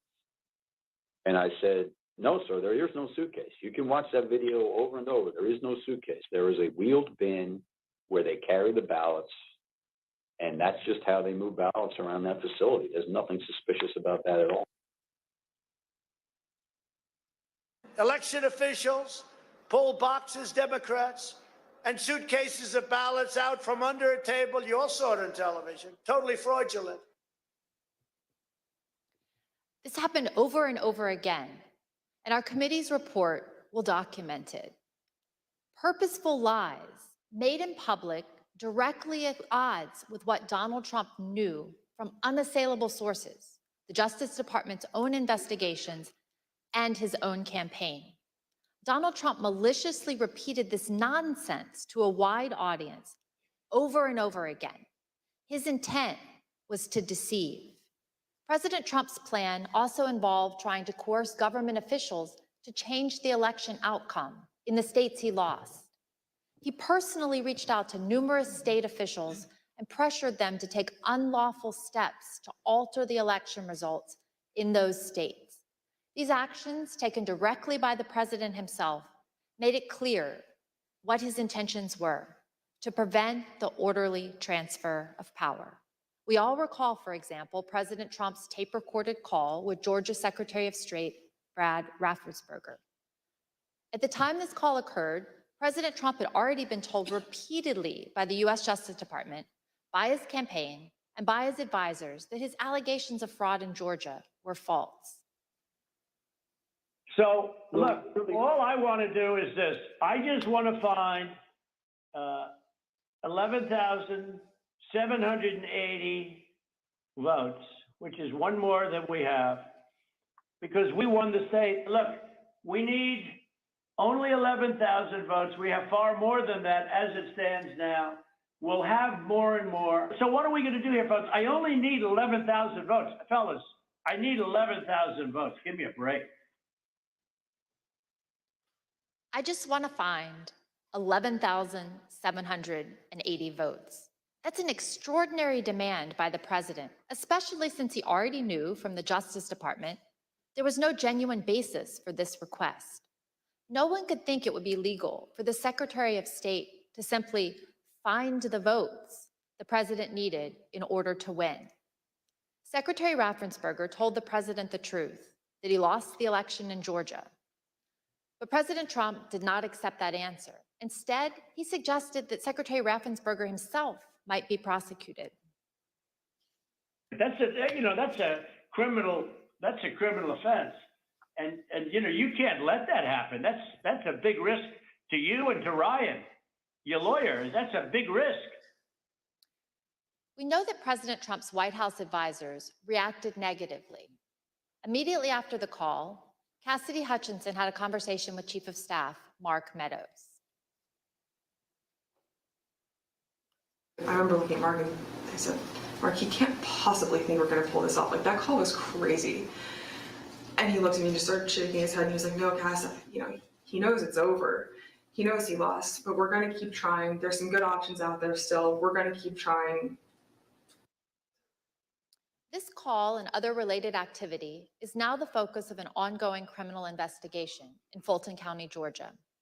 And Georgia is not the only state where President Trump tried to pressure state officials to change the results.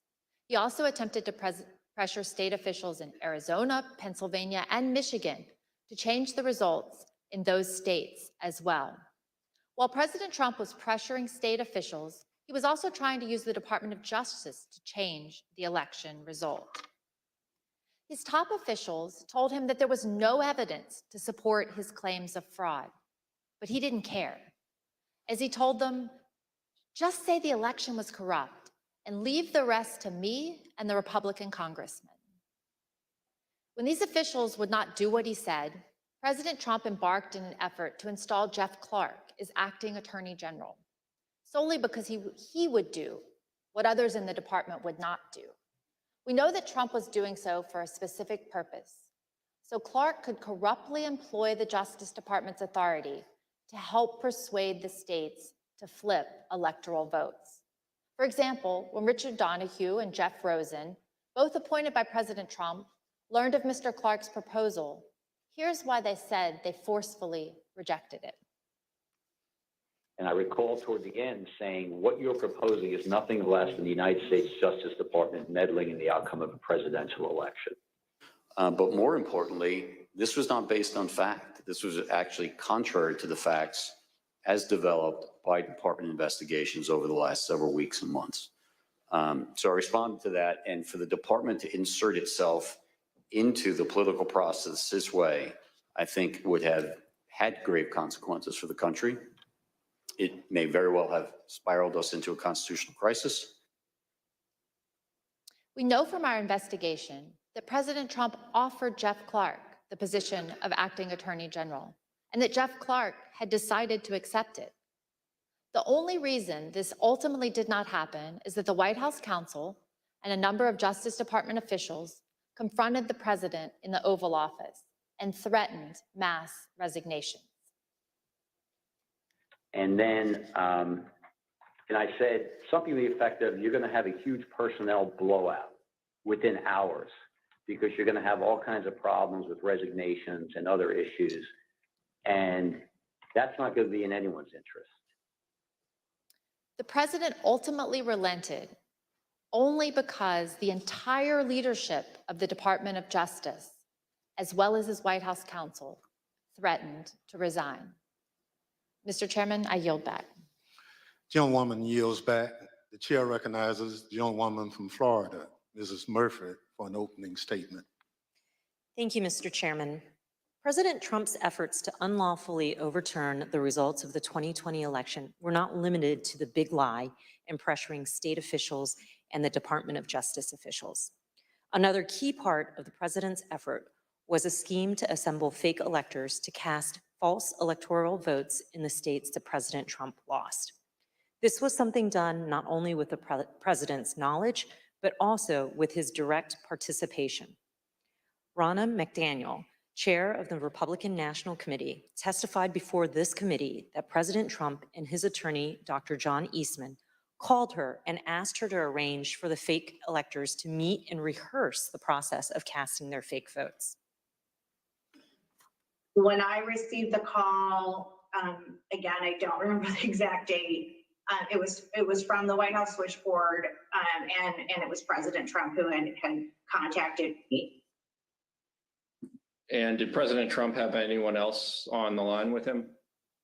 He introduced me to a gentleman named Jon Eastman.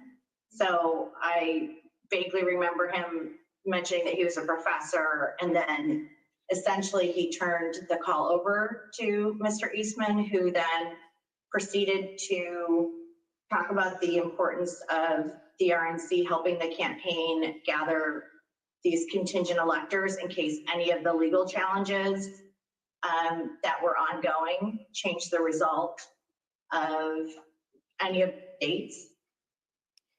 These fake electors were ultimately part of the president's plan to replace genuine Biden electors with Trump electors on January 6th. As part of this plan, the false electoral slates were sent to the National Archives and to the Capitol. The fake electors plan was also tied to another plan, the coercive pressure campaign to make Vice President Mike Pence reject or refuse to count certain Biden electoral votes so that President Donald Trump would, quote, win re-election instead. Here is what Vice President Pence has said about this scheme. President Trump said I had the right to overturn the election. But President Trump is wrong. I had no right to overturn the election. The presidency belongs to the American people and the American people alone. And frankly, there is no idea more un-American than the notion that any one person could choose the American president. Make no mistake, President Trump knew that what he was demanding Vice President Pence do was illegal. He was informed of this repeatedly, and specifically on January 4th. Even his lawyer, Jon Eastman, admitted in front of President Trump that this plan would break the law by violating the Electoral Count Act.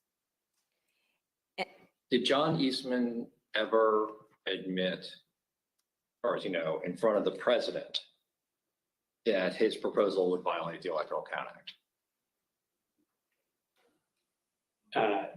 I believe he did on the 4th. And Dr. Eastman confirmed this in writing. Recall this email written on January 6, in which Vice President Pence's counsel asked Dr. Eastman, did you advise the president that in your professional judgment, the vice president does not have power to decide things unilaterally? Dr. Eastman replied, he's been so advised. Of course, President Trump's own White House counsel, Pat Cipollone, also recognized that this plan was unlawful. Here is Mr. Cipollone's testimony. My view is that the vice president didn't have the legal authority to do anything except what he did. There is no doubt that President Trump's pressure campaign on Vice President Pence was significant. On the morning of January 6, President Trump called the vice president from the Oval Office and demanded that he overturn the results of the election. Numerous witnesses told the Select Committee about the invective that President Trump leveled at his own vice president. Something to the effect, the wording's wrong. I made the wrong decision 4 or 5 years ago. And the word that she relayed to that the president called the vice president, I apologize for being impolite, but do you remember what she said her father called him? The P word. But Vice President Pence didn't waver even when his own life was endangered by President Trump and the rioters at the Capitol on January 6th, as you'll see in more detail later. A federal judge concluded, based on this and other evidence, that President Trump's pressure campaign against the vice president likely violated multiple criminal statutes. In the end, all these people, Department of Justice officials, state elections officials, his own vice president, stood strong in the face of President Trump's immense pressure. But as we now know, President Trump had already summoned tens of thousands of his supporters to Washington on January 6th to take back their country. On December 19th, President Trump first told his supporters to come to Washington. In this and numerous other tweets, he fraudulently and repeatedly promoted January 6th as the day Americans could come and change the election outcome. For weeks, President Trump worked with others to plan the rally, intending all along that he would send an assembled crowd of angry supporters to the Capitol after his speech on the ellipse on January 6th. We obtained a text message that one rally organizer sent on January 4th. In part, it reads that, quote, POTUS is going to have us march there / the Capitol, and POTUS is going to just call for it unexpectedly. Again, each of these examples, the big lie, the pressure campaigns against state officials, the pressure campaign against the Department of Justice and his vice president, the fake electors, summoning the mob, all of this demonstrates President Trump's personal and substantial role in the plot to overturn the election. He was intimately involved. He was the central player. Thank you, Mr. Chairman, and I yield back. Gentlewoman yields back. The chair recognizes the gentleman from California, Mr. Schiff, for an opening statement. Thank you, Mr. Chairman. In our past hearings, you have seen direct evidence that President Trump sent a crowd of his supporters to the Capitol on January 6th, knowing they were armed and angry. This was the last, most desperate and dangerous prong of his plan to disrupt the joint session and prevent the orderly transition of power. On the morning of the 6th, the Secret Service was at the ellipse, screening the members of the crowd as they entered the rally site. And they noticed something significant about the crowd. Tens of thousands of people were outside the rally site, but did not want to go through the magnetometers, the metal detectors that were used to screen for dangerous weapons. Since our last hearings, the Select Committee has received greater cooperation from the Secret Service. Nevertheless, Secret Service text messages from this period were erased in the days and months following the attack on the Capitol, even though documents and materials related to January 6th had already been requested by the Department of Justice and Congress. But we were able to obtain nearly 1 million emails, recordings, and other electronic records from the Secret Service.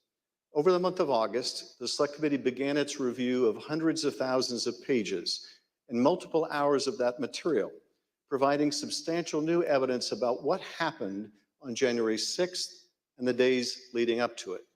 That review continues. What you're about to hear is just a sample of the new and relevant evidence that we have received. Mounting evidence before January 6th predicted violence, and not just violence generally, but violence directed at the Capitol. Intelligence about this risk was directly available to the U.S. Secret Service and others in the White House in advance of the ellipse speech, in advance of the march to the Capitol. The committee has shown evidence that President Trump was aware of the risk of violence. The FBI, U.S. Capitol Police, Metropolitan Police, and other agencies all gathered and disseminated intelligence suggesting the possibility of violence at the Capitol prior to the riot. We're now going to show you just a sample of the evidence we have received. Days before January 6th, the president's senior advisors at the Department of Justice and FBI, for example, received an intelligence summary that included material indicating that certain people traveling to Washington were making plans to attack the Capitol. This summary noted online calls to occupy federal buildings, rhetoric about invading the Capitol building, and plans to arm themselves and to engage in political violence at the event.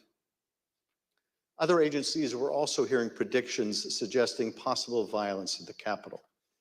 On a call with President Trump's White House National Security Staff in early January 2021, Deputy Secretary of Defense David Norquist had warned about the potential that the Capitol would be the target of the attack. Here's General Mark Milley, who was also present for this call, describing Deputy Secretary Norquist's warning. So during these calls, I only remember it in hindsight because he was almost like clairvoyant. Norquist says during one of these calls, the greatest threat is a direct assault on the Capitol. I'll never forget it. This email, for example, was an alert that the Secret Service received on December 24th with the heading, "Armed and Ready, Mr. President." According to the intelligence, multiple users online were targeting members of Congress, instructing others to march into the chambers on January 6th and make sure they know who to fear. In this report received on December 26th, the Secret Service field office relayed a tip that had been received by the FBI. According to the source of the tip, the Proud Boys plan to march armed into DC. They think that they will have a large enough group to march into DC armed, the source reported, and will outnumber the police so they can't be stopped. The source went on to say, their plan is to literally kill people. Please, please take this tip seriously and investigate further. The source also made clear that the Proud Boys had detailed their plans on multiple websites like the Donald.win. Let's pause here. The Secret Service had advance information more than 10 days beforehand regarding the Proud Boys planning for January 6th. We know now, of course, that the Proud Boys and others did lead the assault on our Capitol building. On December 31st, agents circulated intelligence reports that President Trump's supporters have proposed a movement to occupy Capitol Hill. In particular, they flagged spikes in violent hashtags like "We Are the Storm," 1776 Rebel, and Occupy Capitals. On January 5th, a Secret Service open source unit flagged a social media account on the Donald.win that threatened to bring a sniper rifle to a rally on January 6th. The user also posted a picture of a handgun and rifle with the caption, "Sunday Gun Day," providing Overwatch January 6th will be wild.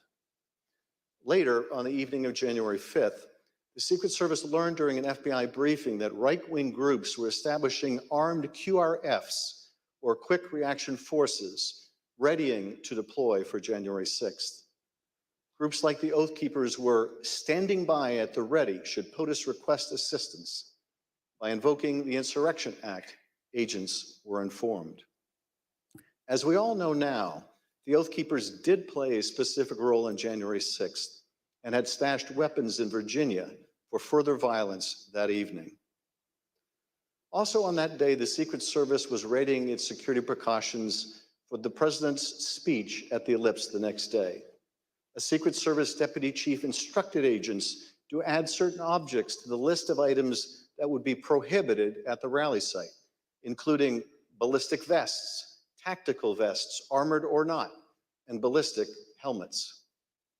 By the morning of January 6th, it was clear that the Secret Service anticipated violence.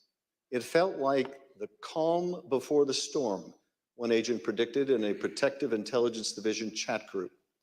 Another remarked how agents were watching the crazies on live stream. By 9:09 that morning, the Secret Service could also see that many rally goers were assembled outside the security perimeter. One agent emailed, possibly because they have stuff that couldn't come through, would probably be an issue with this crowd. Just a thought. By 9:30 that morning, agents reported more than 25,000 people outside the rally site. An hour later, the Secret Service reported that the crowd was on the mall watching, but not in line.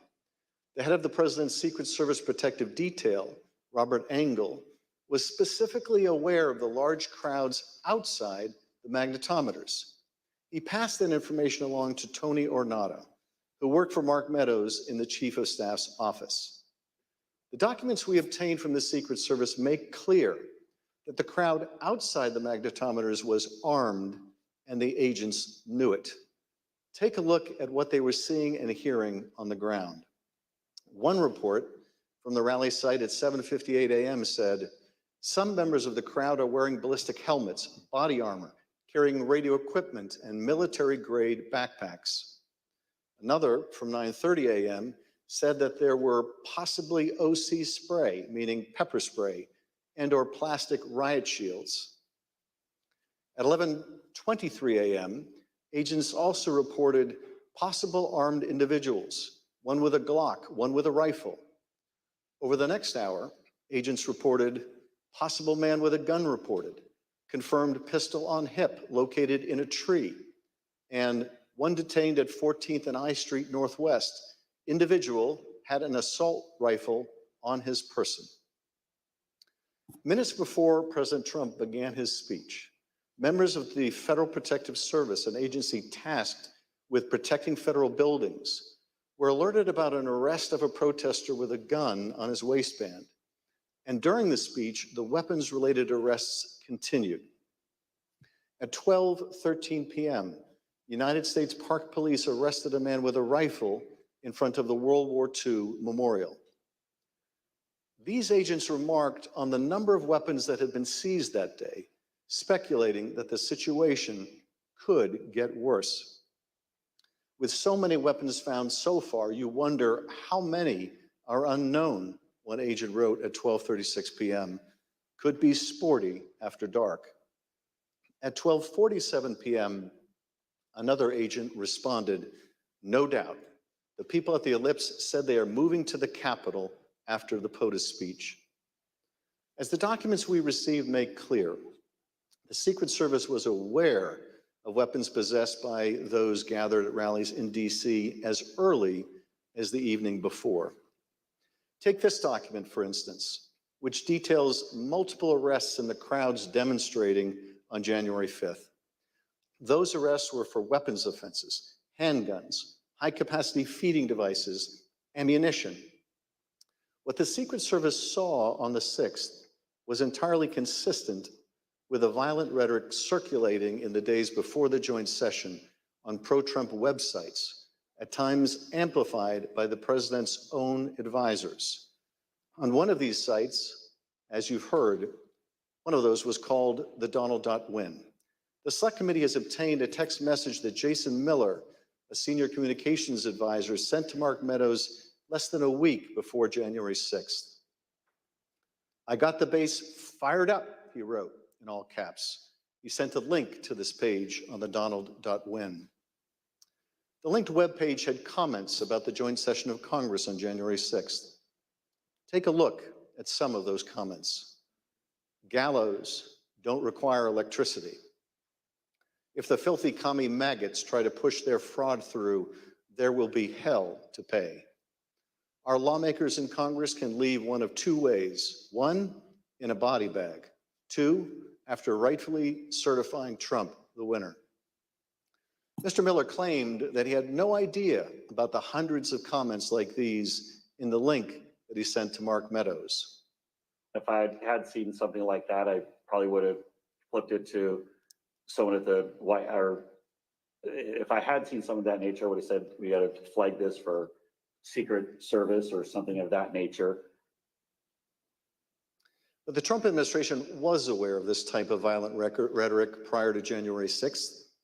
In fact, as we have seen, the Secret Service and other agencies knew of the prospect of violence well in advance of the president's speech at the Ellipse. Despite this, certain White House and Secret Service witnesses previously testified that they had received no intelligence about violence that could have potentially threatened any of the protectees on January 6th, including the vice president. Evidence strongly suggests that this testimony is not credible, and the committee is reviewing additional material from the Secret Service and other sources. The Secret Service was monitoring this kind of online activity and was sharing and receiving the results of that effort. They work closely with other agencies, sharing intelligence about the joint session of Congress derived from social media and other sources. The same day Jason Miller sent his text message, agents received reports about a spike in activity on another platform called Parler. This was December 30th. In this email, an agent received a report noting a lot of violent rhetoric on Parler directed at government people and entities, including Secret Service protectees. One of these protectees was Vice President Pence, perhaps the primary target of President Trump's pressure campaign in the days leading up to January 6th. The day before the joint session, on January 5th, Secret Service was aware of increased chatter focused on Vice President Pence, in particular, whether he would do what President Trump wanted him to do, reverse the results of the election in the joint session the next day, January 6th. On the morning of the 6th, agents received alerts of online threats that Vice President Pence would be, quote, a dead man walking if he doesn't do the right thing.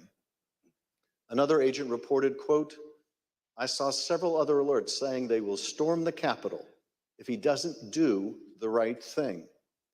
The anger reflected in these postings was obvious. The man at the center of the storm on January 6th, President Trump. On the evening of January 5th, President Trump gathered a few of his communication staffers in the Oval Office.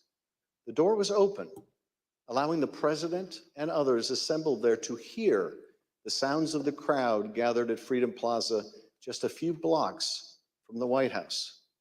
President Trump could tell that his supporters were riled up. Here again is Judd Deere, a deputy White House press secretary, describing the president's reaction. He fairly quickly moved to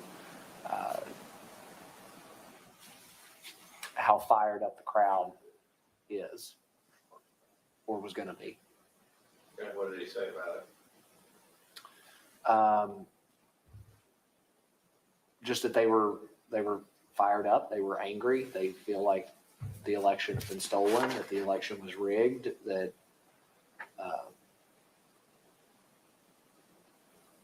we went on and on about that for a little bit. Yes, the president knew the crowd was angry because he had stoked that anger. He knew that they believed that the election had been rigged and stolen because he had told them falsely that it had been rigged and stolen. And by the time he incited that angry mob to march on the Capitol, he knew they were armed and dangerous. All the better to stop the peaceful transfer of power. Mr. Chairman, I yield back. Gentleman yields back. At this point in our meeting, we'll take a brief recess. Pursuant to the order of the committee of today, the chair declares the committee in recess for a period of approximately 10 minutes.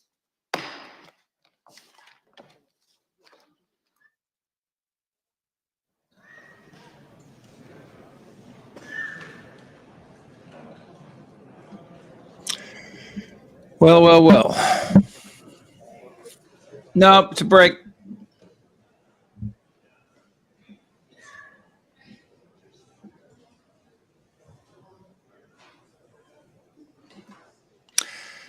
Well, that is the first break, and obviously a lot there to digest. Much of it, again, has been reported before, but in this public forum, took on a much different tone. I'm Chip Franklin. Brooklyn Dad will be with us in a second. We're also waiting for Jon Austin, who was with us earlier on. This is such a short break, so it just might be us here for a second. Your comments are welcome, and obviously, here comes Brooklyn right now. Yeah, it was a very just disturbing to hear. That, howdy. Yeah, it's upsetting and disturbing to hear what happened, to hear how many people, including I think the Secret Service stuff is the most profound, to find that we always thought they were public employees that protected our country, when in fact many had been co-opted, like Ornato and others, to work with Trump. Yeah, you expect that they're above politicization, above partisanship, but apparently not. Yeah, just a good point. Would have been so great if they'd mentioned congressmen who are involved, but nope, they can't go there for some reason. Can't look at themselves. I think that's Kyle. That's a great point. I think one of the reasons why, I think one of the reasons why we're not, it's because they're focusing directly on him, and you start at the top and then move down. Obviously, Trump and Meadows and members of the Secret Service and possibly people, as varied as the Roger Stones in the world. That there was a story that 60 Minutes had on that we don't know if it's true, that a phone call came from the White House and talked to one of the organizers of the Proud Boys and or Oath Keepers. I was a little unsure exactly, where that went, but there was obviously something going on that that led to this group. The fact that the Secret Service knew the people outside of the zone were armed. There are pictures. We've seen it before, so it's not speculation. Mm-hmm. We knew there were guns in the crowd, and when Trump told them to go to the Capitol, Trump knew there were people out there. We heard, the testimony of Ms. Hutchinson earlier that Trump knew that these people were armed, and he didn't care as long as they weren't there. He wanted them inside that circle. He wanted them to get through the magnometer to be able to come in there and be up close and to take his message personally. He wanted them to go to the U.S. Capitol and stop the certification of Joe Biden as the 46th president of the United States. That is a federal crime, and it is about as close as you get to treason. You know, Chip, what the part that really upsets me more than anything, actually, it's not the violence, because the violence was always in play once he decided to go to take this route. But the fact that he knew goddamn well that he lost, and this was confirmed by all of the people around him, from all of these interviews. People have been interviewed and said, "Oh yeah, he knew. He knew he lost," and he even told somebody, "What was it? Can you believe I lost to this guy?"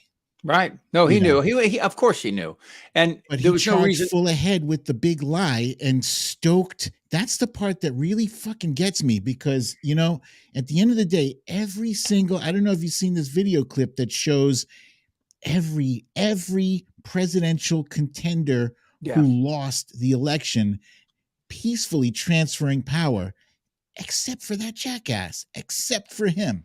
Yeah. It's infuriating. So yeah, John, we're just kind of summarizing what a lot of what we'd already heard. I think the thing, and I just told Brooklyn this, and again, you guys are welcome to come online and comment as well. We do appreciate it. This is Jon Austin, former press secretary, Senator Tom Eagleton, presidential candidate with George McGovern for a short period in the 70s, and now owns his own crisis management firm in Minneapolis, Austin Associates, and of course, Brooklyn Dad, and myself, Chip Franklin. We, one of the things that came across to me is that how many people were actually aware of this beforehand and either were complicit or just irresponsible. The Secret Service being the most obvious. What was your takeaway, John?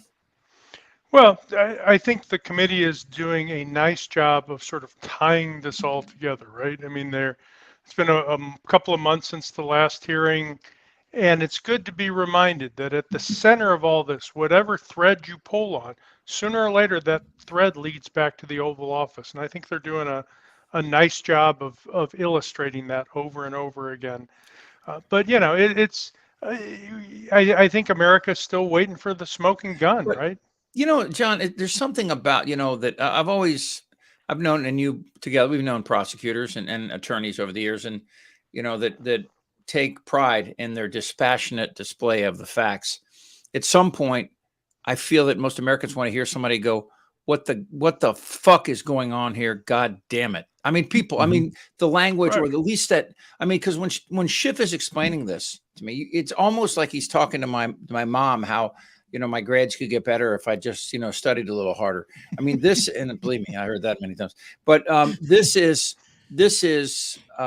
we are on, maybe it's an exaggeration, maybe not. I don't know. We are on the edge of seeing a radical shift in the way that we elect people in this country, and possibly the beginning of the end of a democratic republic. You could make that case that if President Trump were elected in 2024 and had 67 votes in the Senate and the House, where would he stop? He wouldn't stop anywhere. I mean, that's why we all need to get off our asses and grab a friend and grab a friend's relatives and grab everybody we can who views that as the wrong thing, and get your asses to the polls. But you're missing my year point. And the next year. No, maybe. Yeah. Here's the point: is what you're talking about is using a system that they're destroying piece by piece. I understand, and if you're going to say the only way to fight that is to take to the streets ourselves, well, I'm not ready to go there yet. I am I'm not not ready to either. give up. But but there's change, right? You don't like the independent legislature theory that these guys are trotting around and want the Supreme Court to take up, then you better get off your ass and elect state legislatures that would never consider that. That's the antidote to that. And that's not easy, and it's not fast, and it's not cheap. But, if you believe in democracy, that's where we need to go.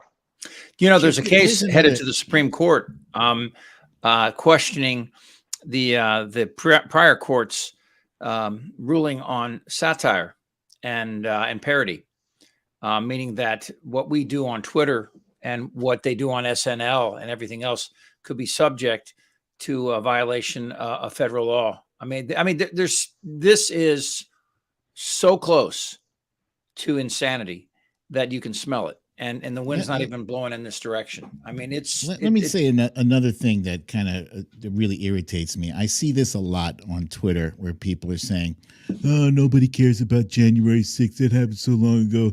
Everybody's focused on inflation and crime." Well, guess what? I'm 54 years old. Okay. I've seen prices go up and I've seen prices go down. I've seen inflation throughout my whole life. I've seen crime throughout my whole life. And you know what? If you're only listening to the daily local news or whatever it is, what they're talking about inflation and they're talking about crime. That's what gives you the impression that, crime is suddenly drastic. But guess what? Since the 1980s, crime has been steadily declining to a point where we're a lot safer today than when I was a kid walking around in Times Square.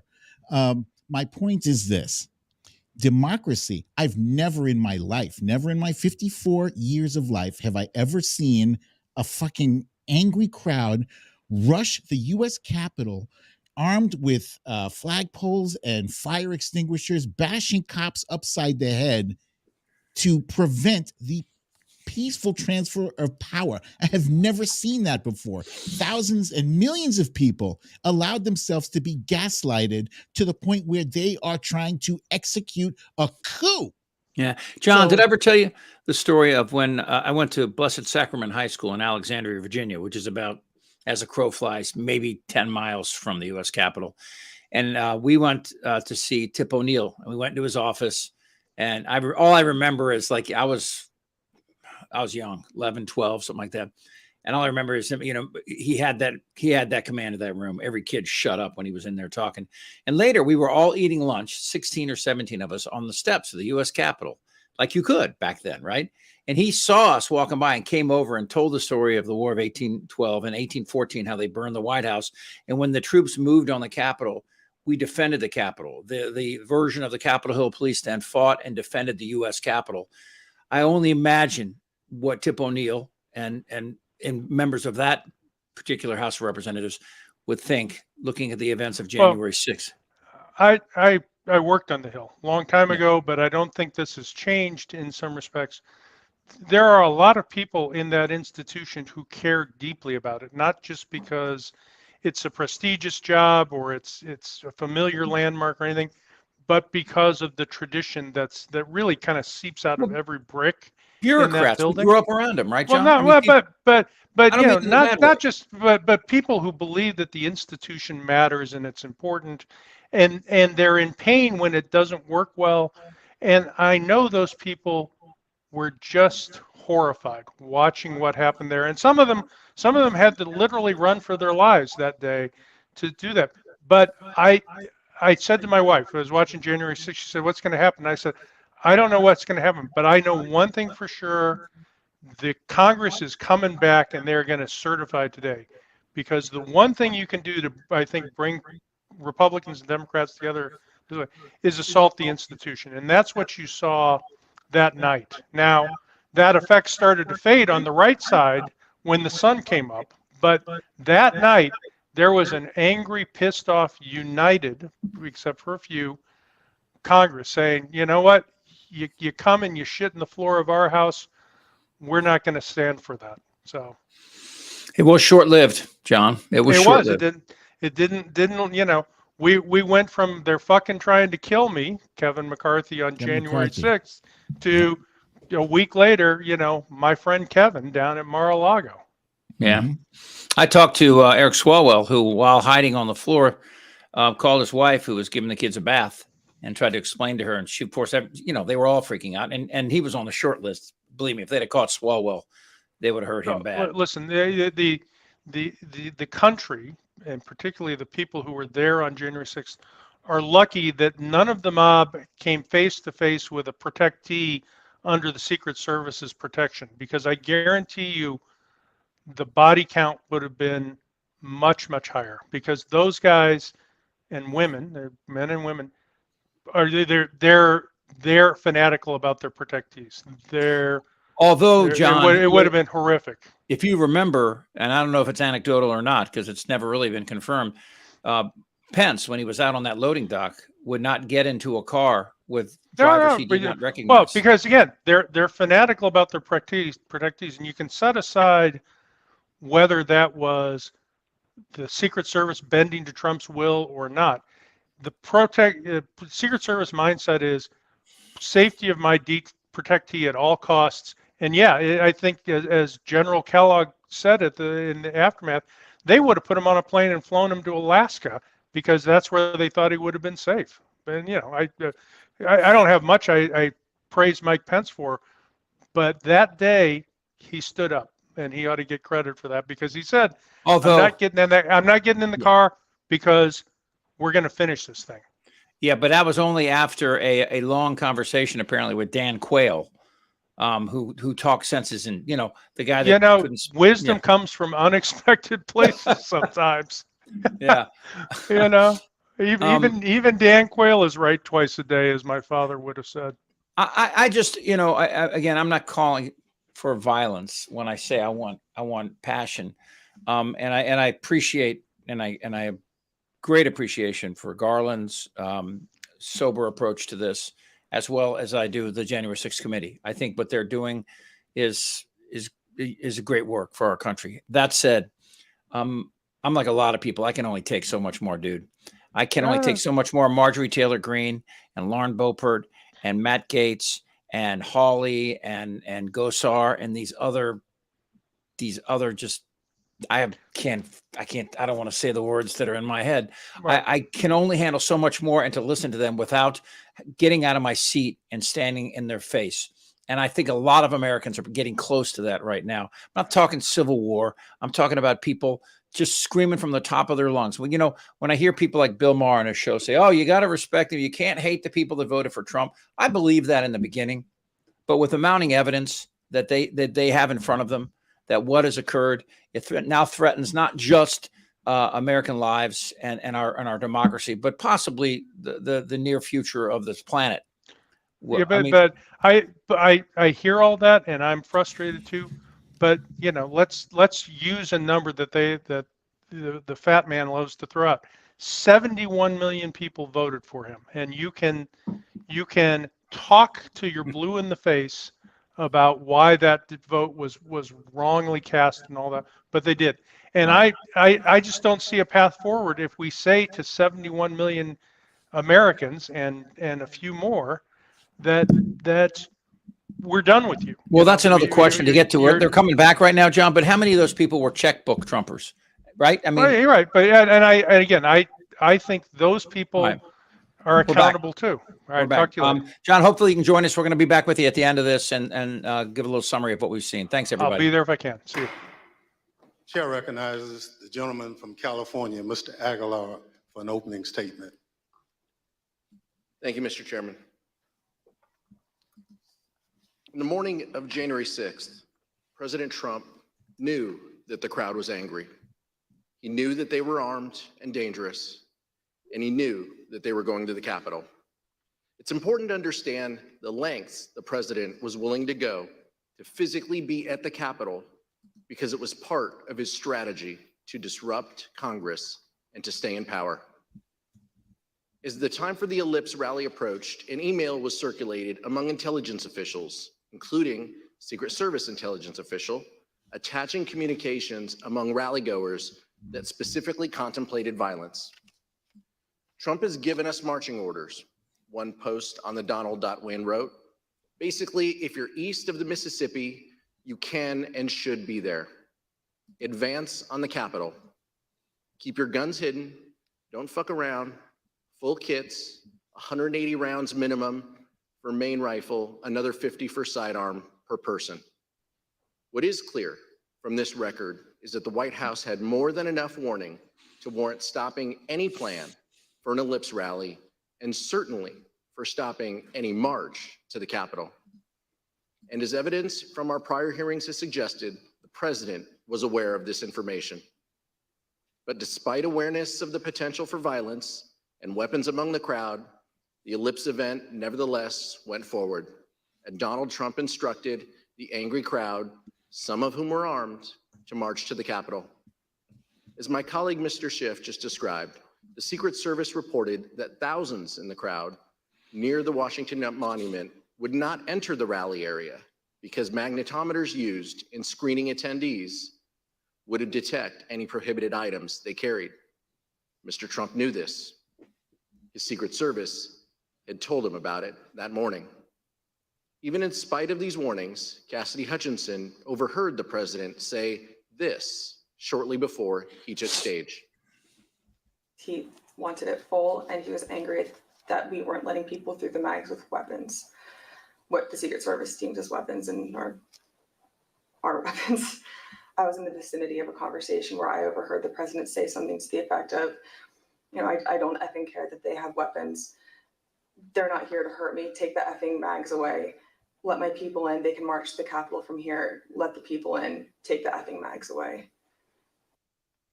And when he went on stage, President Trump himself asked law enforcement to let his supporters in the rally site. And I'd love to have, if those tens of thousands of people would be allowed, the military, the Secret Service, and we want to thank you, and the police, law enforcement, great, you're doing a great job. But I'd love it if they could be allowed to come up here with us. Is that possible? Can you just let them come up, please? President Trump then told his supporters to march to the Capitol. Let's pause at this point to consider President Trump's state of mind, his motivation at this point. Hey, Emma, hi. To that I'm point, just it got. was I'm, known to Secret Service that members of the crowd were armed. President Trump had been told, and there was no doubt that President Trump knew what he was going to do, sending an angry mob, a number of whom were clad in tactical gear and military garb, armed with various weapons, to the Capitol. There's no scenario where that action is benign. And there's no scenario where an American president should have engaged in that conduct. It did not matter whether President Trump believed the election had been stolen or not. This could not be justified on any basis for any reason.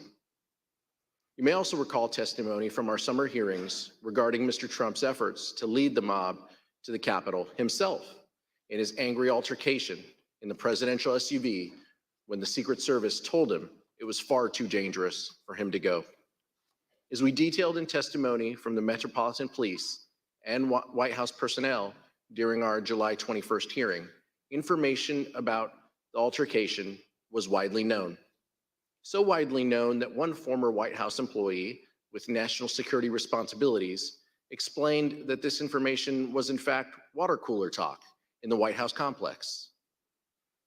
As that professional told us, they remember hearing in the days after January 6th how angry the president was when he was in a limo that afternoon. That professional also testified that they were specifically informed of the president's irate behavior in the SUV by Mr. Ornato in Mr. Ornato's office. It was Mr. Engel with Mr. Ornato in that office. They'd expressed to me that the president was irate, you know, on the drive up. Mr. Engel did not deny the fact that the president was irate. That, of course, corresponds closely with the testimony you saw this summer from Cassidy Hutchinson, a Metropolitan Police officer who was in the motorcade, and from multiple sources.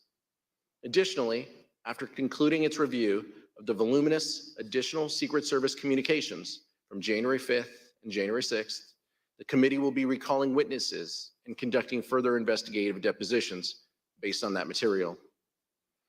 Following that activity, we will provide even greater detail in our final report. And I will also note this. The committee is reviewing testimony regarding potential obstruction on this issue, including testimony about advice given not to tell the committee about this specific topic. We will address this matter in our report. We also want to remind you now of how security professionals working in the White House complex and who reported to national security officials responded when they learned that Mr. Trump intended to lead the mob to the Capitol. To be completely honest, we were all in a state of shock. Because why? Because it just, one, I think the actual physical feasibility of doing it, and then also we all knew what that entailed and what that meant, that this was no longer a rally, that this was going to move to something else if he physically walked to the Capitol. I don't know if you want to use the word insurrection, coup, whatever. We all knew that this would move from a normal democratic, public event into something else. Why were we alarmed? Right. The president wanted to lead tens of thousands of people to the Capitol. I think that was enough grounds for us to be alarmed. President Trump was still considering traveling to the Capitol even after returning to the White House. He knew well before 2 p.m. that a violent riot was underway at the Capitol.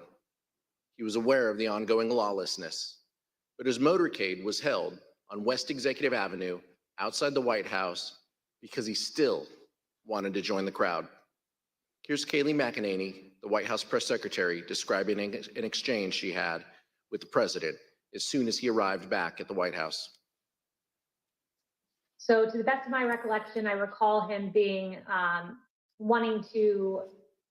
saying that he wanted to physically walk and be a part of the march, and then saying that he would ride the beast if he needed to, ride in the presidential limo.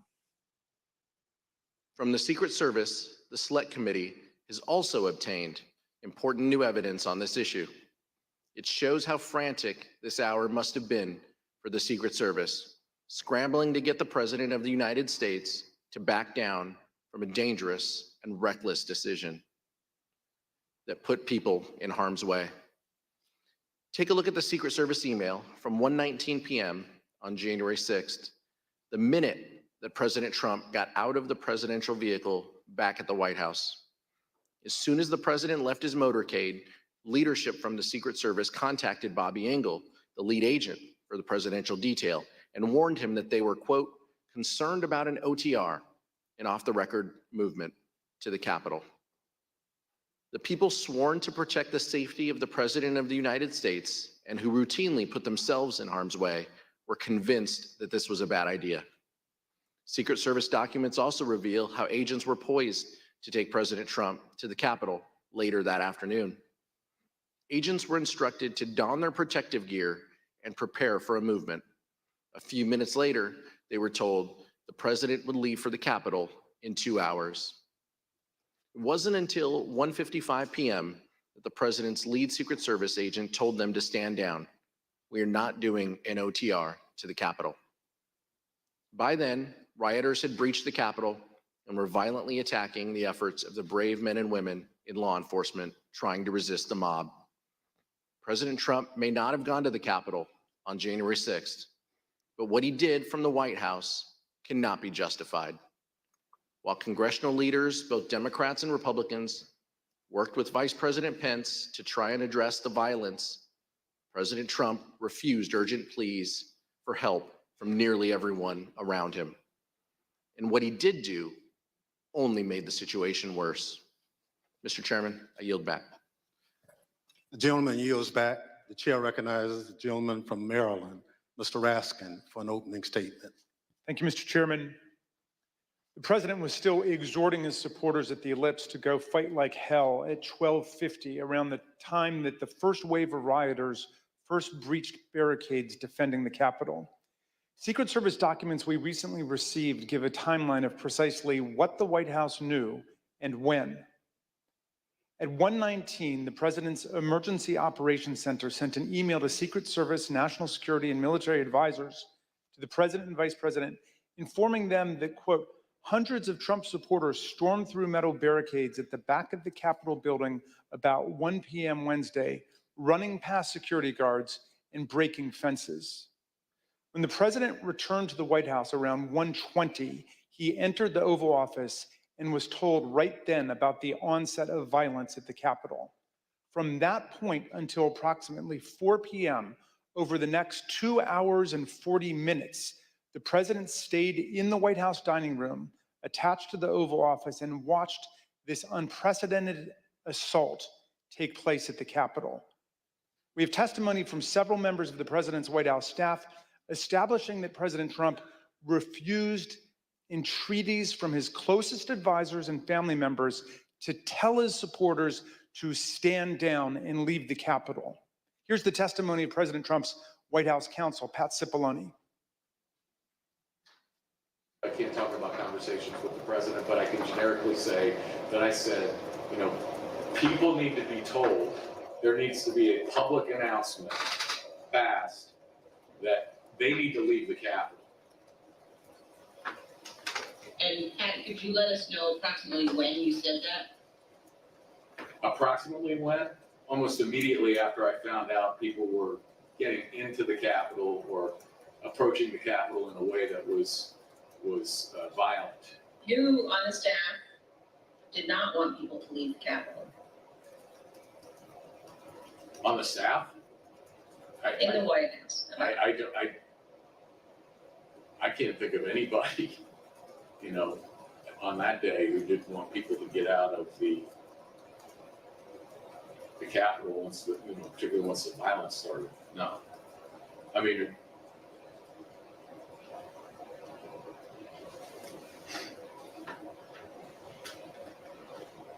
what about the president? Yeah.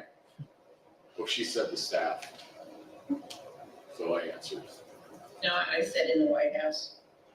Oh, I'm sorry. I apologize. I thought you said who else on the staff.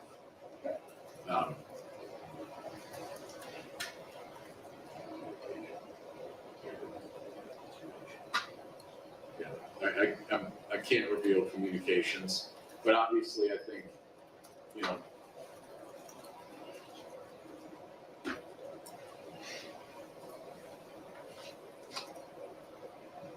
yeah.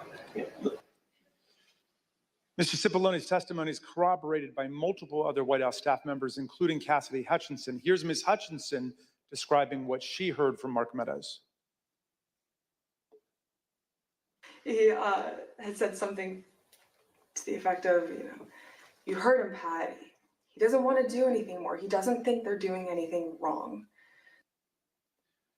A former White House employee with national security duties similarly recalled an exchange between Mr. Cipollone and Eric Hirschman about President Trump's inaction against the mob assault underway at the Capitol. Mr. Hirschman said something to Mr. Cipollone. He seemed to relay that, you know, the president didn't want anything done. Throughout this period, some of the president's most important political allies, family members, and senior staff all begged him to tell his supporters to disperse and go home. They included Sean Hannity, Laura Ingraham, and other allies at Fox News, his son, Donald Trump Jr., the House Minority Leader, Kevin McCarthy, others in Congress and officials in the cabinet and the executive branch. All of them made appeals to Donald Trump, which he rejected and he ignored. The Select Committee interviewed several people who were in the dining room with Donald Trump that afternoon, and every single one of these witnesses told us that he was watching the violent battles rage on television. He did not call his Secretary of Defense or the National Guard, the Chief of the Capitol Police, or the Chief of the Metropolitan Police Department. And to your knowledge, was the president in that private dining room the whole time that the attack on the Capitol was going on? Or did he ever go, again, only to your knowledge, to the Oval Office, to the White House Situation Room, anywhere else? That's my recollection. He was always in the dining room. Yeah, what did they say, Mr. Meadows or the president? at all during that brief encounter that you were in the dining room? What do you recall? I think everybody was watching the TV. Do you know whether he was watching TV in the dining room when you talked to him on January 6th? It's my understanding he was watching television. When you were in the dining room in these discussions, was the violence at the Capitol visible on the screen on the television? Yes. As the president watched the bloody attack unfold on Fox News from his dining room, members of Congress and other government officials stepped into the gigantic leadership void created by the president's chilling and studied passivity that day. What you're about to see is previously unseen footage of congressional leaders, both Republicans and Democrats, as they were taken to a secure location during the riot. You'll see how everyone involved was working actively to stop the violence, to get federal law enforcement deployed to the scene, to put down the violence and secure the Capitol complex. Not just Democrats like Speaker Nancy Pelosi and House Majority Leader Steny Hoyer, but Republicans like Vice President Pence, Senate Majority Leader Mitch McConnell, Majority Whip John Thune, and countless other appointees across the administration. All of them did what President Trump was not doing, what he simply refused to do. Take a listen.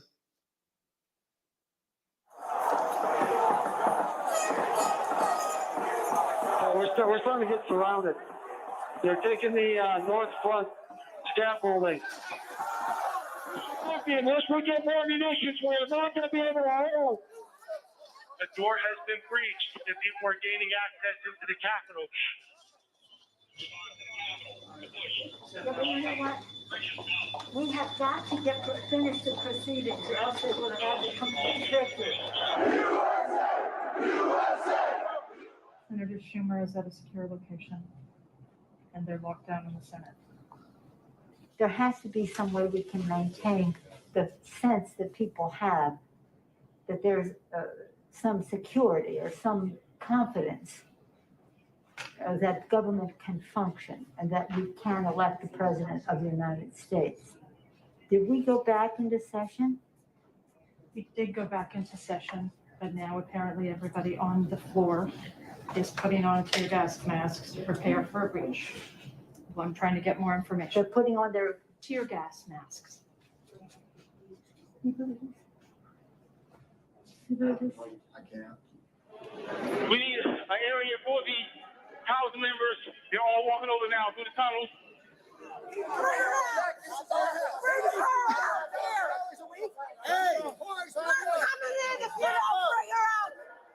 I'm going to call up the effing Secretary of DOD. We have some senators who are still in their hideaways. They need massive personnel now. Can you get the Maryland National Guard to come too? I have something to say, Mr. Secretary. Well, I'm going to call the mayor of Washington, D.C. right now and see what other outreach she has to other police departments, as Senator Leader Hoyer has mentioned.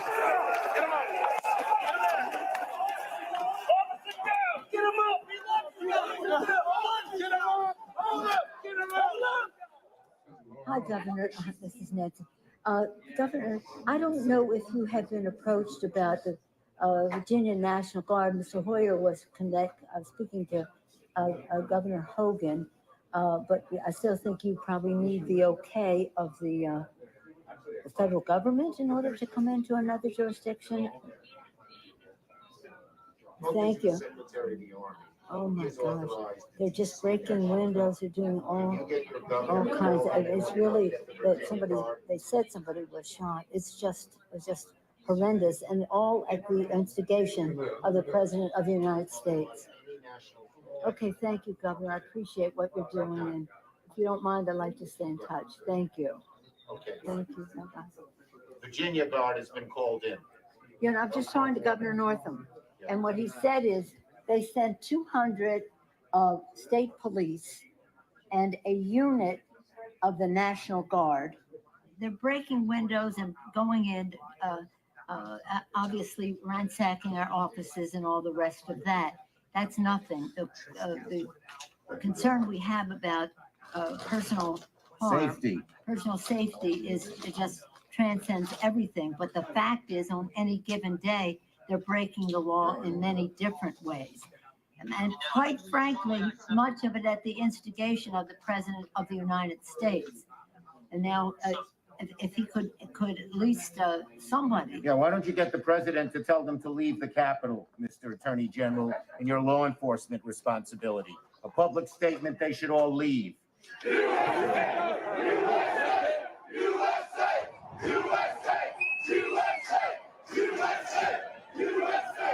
This cannot be just we're waiting for so-and-so. We need them there now, whoever you got.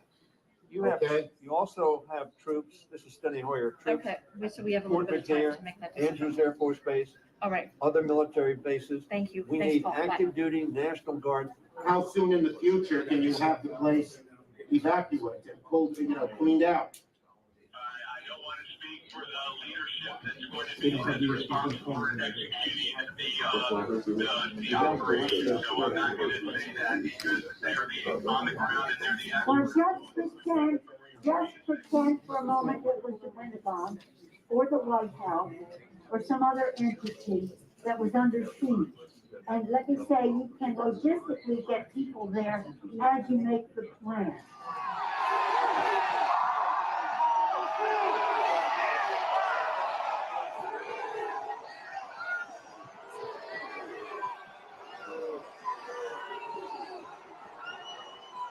We're trying to figure out how we can get this job done today. We talked to Mitch about it earlier. He's not in the room right now, but he was with us earlier and said, you know, we want to expedite this, and hopefully they could confine it to just one complaint, Arizona, and then we could vote, and that would be, you know, then just move forward with the rest of the state. The overriding wish is to do it at the Capitol. What we are being told very directly is it's going to take days for the Capitol to be okay again. We've gotten a very bad report about the condition of the House floor with defecation and all that kind of thing as well. I don't think that that's hard to clean up, but I do think it is more from a security standpoint of making sure that everybody is out of the building, and how long will that take? I just got off with the Vice President. And I got off with the Vice President-elect. So I'll tell him. Okay, but what we left the conversation with, because he said he had the impression from Mitch that Mitch wants to get everybody back to do it there. Yes. I said, well, we're getting a counterpoint that is, we could take time to clean up the poo-poo that they're making all over the, literally and figuratively in the Capitol, and that it may take days to get back. And I'm at the Capitol building. I'm literally standing with the chief of police of the U.S. Capitol Police. He just informed me what you will hear through official channels. Paul Irving, your sergeant at arms, will inform you that their best information is that they believe that the House and the Senate will be able to reconvene in roughly an hour. Good news. Sergeant Arms be in touch about the process for getting members back into the building. Thank you very much, Mr. Vice President. Good news.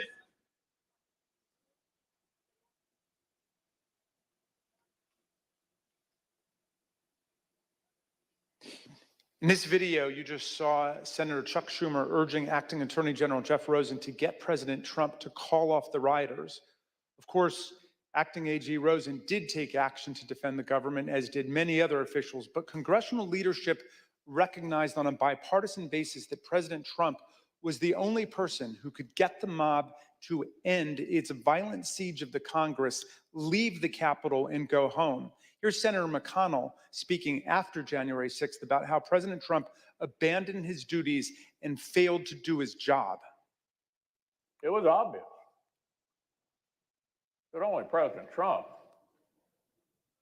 could end this. He was the only one who could. Former aides publicly begged him to do so. Loyal allies frantically called the administration. The president did not act swiftly. He did not do his job. He didn't take steps so federal law could be faithfully executed and order restored. No. In the midst of this violent chaos, Kevin McCarthy implored Donald Trump to tell his supporters in the mob to leave the Capitol. And when that didn't work, McCarthy called Trump's adult children to try to get them to intercede with Trump to call off the insurrectionary violence. In our prior hearings, we showed you a description of what McCarthy told Republican Congresswoman Jamie Herrera Butler about his conversation with Trump during the violence. Another witness, Mick Mulvaney, President Trump's former chief of staff, has also come forward and corroborated her shocking account. You know, I asked Kevin McCarthy, who's the Republican leader, about this, and he said he called Donald. He finally got through to Donald Trump, and he said, "You have got to get on TV. You've got to get on Twitter. You've got to call these people off." You know what the president said to him? This is as it's happening. He said, "Well, Kevin, these aren't my people. You know, these are Antifa." And Kevin responded and said, "No, they're your people. They literally just came through my office windows, and my staff are running for cover. I mean, they're running for their lives. You need to call them off." And the president's response to Kevin, to me, was chilling. He said, "Well, Kevin, I guess they're just more upset about the election, theft than you are." And that's, you've seen widespread reports of Kevin McCarthy and the president having basically a swearing conversation. That's when the swearing commenced, because the president was basically saying, "Nah, I'm okay with this." I had a conversation at some point in the day or week after the riot with Kevin McCarthy. Yeah, it was very similar to what Jamie had, the conversation she had retold about how he called and asked the president to get them to stop, and the president told him something along the lines of, "Kevin, maybe these people are just more angry about this than you are, maybe more upset." I had the conversation similar to that with Kevin in the day to week after the riot. And we know how Kevin McCarthy described President Trump's conduct, both in public and in private. The president bears responsibility for Wednesday's attack on Congress by mob rioters. He should have immediately denounced the mob when he saw what was unfolding. These facts require immediate action by President Trump. Accept his share of responsibility, quell the brewing unrest, and ensure President-elect Biden is able to successfully begin his term. But let me be very clear to all of you, and I've been very clear to the president. He bears responsibilities for his words and actions. No ifs, ands, or buts. I asked him personally today, does he hold responsibility for what happened? Does he feel bad about what happened? He told me he does have some responsibility for what happened. And he needs to acknowledge that. 2:24 p.m., knowing the deadly riot was now bearing down on his own vice president, President Trump composed and sent a tweet attacking Vice President Pence, accusing him of cowardice for not unilaterally rejecting electoral college votes for Joe Biden and simply handing Trump the presidency. The impact of that tweet was foreseeable and predictable. It further inflamed the mob, which was chanting, "Hang Mike Pence," and provoked them to even greater violence. This deliberate decision to further enrage the mob against Vice President Pence cannot be justified by anything that President Trump might have thought about the election. The tweet came precisely at the time Pence's Secret Service detail was most seriously concerned for the vice president's physical safety. We've obtained new documents from the Secret Service, real-time chats that underscore the threat they knew the vice president would be facing because of the president's escalating incitement of the mob. After Trump's tweet, one agent in the Secret Service's intelligence division immediately warned, "POTUS just tweeted about Pence, probably not going to be good for Pence." Another agent reported the dramatic impact of Trump's anti-Pence tweet on his followers. POTUS said he lacked courage, over 24,000 likes in under 2 minutes. Employees at Twitter were nervously monitoring the situation.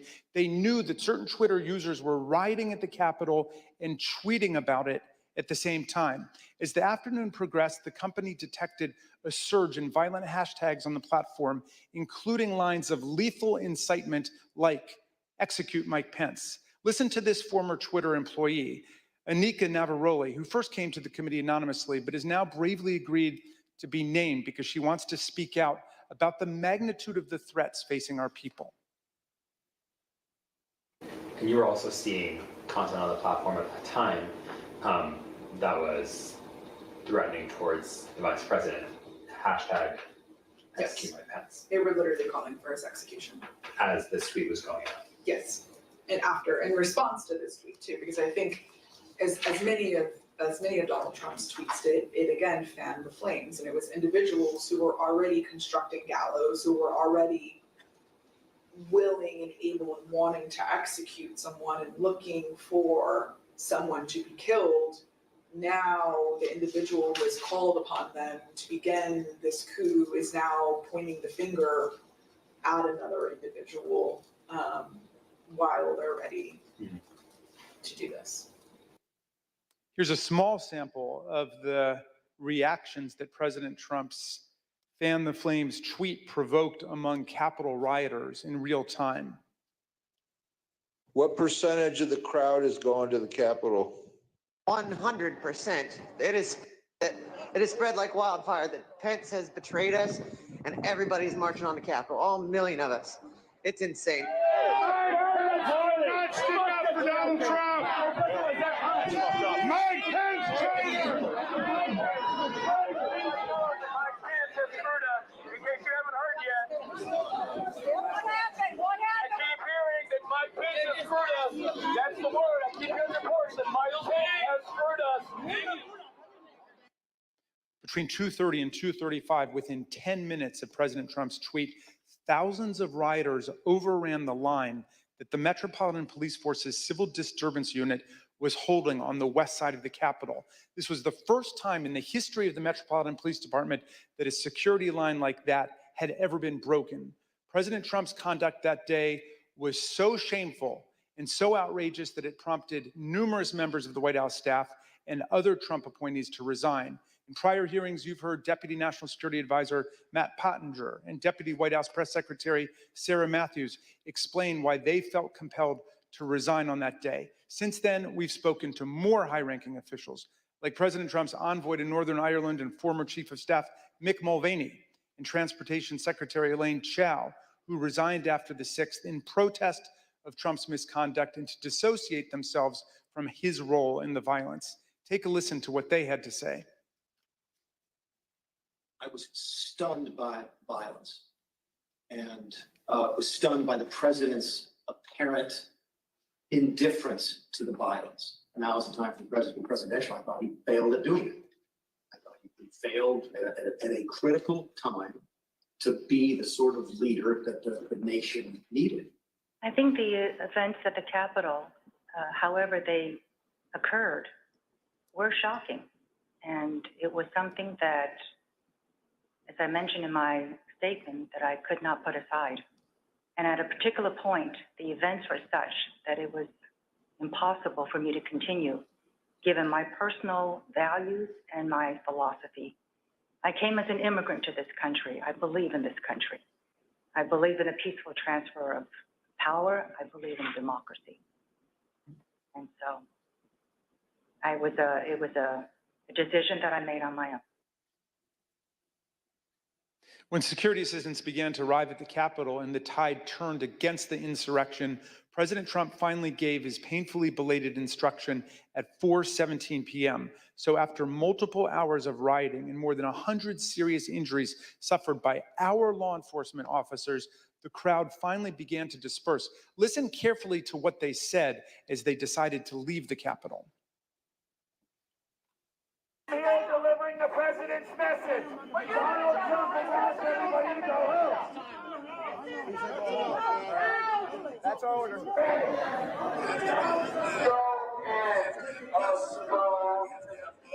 He says go home. He says go home. Yeah, he said to go home. Finally, at 6:01, President Trump tweeted again, not to condemn the mass violence in any way, but rather to excuse and glorify it. Significantly, he made it clear that he considered the violence perfectly foreseeable and predictable. Check it out.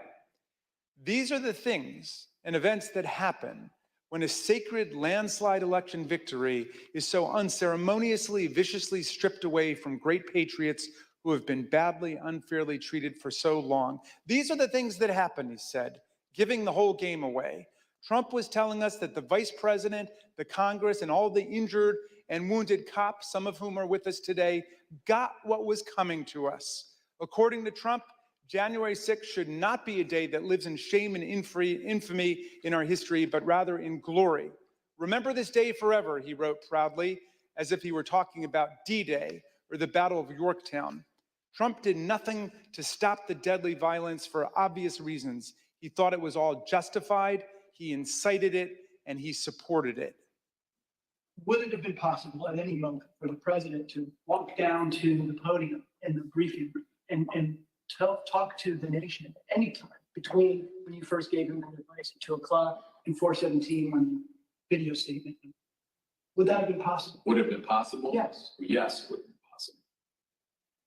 The president had wanted to make a statement and address the American people, he could have been on camera almost instantly. And conversely, the White House press corps has offices that are located directly behind the briefing room. And so if he had wanted to make an address from the Oval Office, we could have assembled the White House press corps probably in a matter of minutes to get them into the Oval for him to do an on-camera address.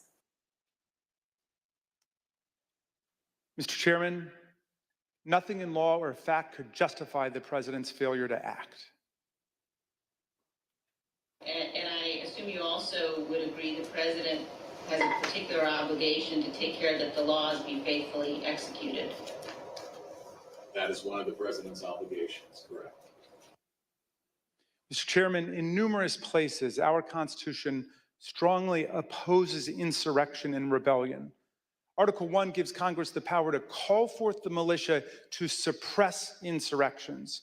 Section 3 of the 14th Amendment disqualified from holding federal and state office anyone who has sworn an oath to defend the Constitution but betrays it by engaging in insurrection or rebellion. It was President Lincoln at the start of the Civil War in 1861 who best explained why democracy rejects insurrection. Insurrection, he said, is a war upon the first principle of popular government, the rights of the people. American democracy belongs to all the American people, not to a single man. Thank you, Mr. Chairman. I yield back. The gentleman yields back. During this committee's first hearing in July of last year, our witnesses were 4 police officers who helped repel the riots of January 6th. We asked them what they hoped to see the committee accomplish over the course of our investigation. Officer Gunnell wanted to know why the rioters were made to believe that the election process was rigged. Officer Fanone asked us to look into the actions and activities that resulted in the day's events. Officer Hodges was concerned about whether anyone in power had a role. Officer Dunn put it simply, get to the bottom of what happened. We've worked for more than a year to get those answers. We've conducted more than 1,000 interviews and depositions. We received and reviewed hundreds of thousands of pages of documents. Thanks to the tireless work of our members and investigators, we have left no doubt, none, that Donald Trump led an effort to upend American democracy that directly resulted in the violence of January 6th.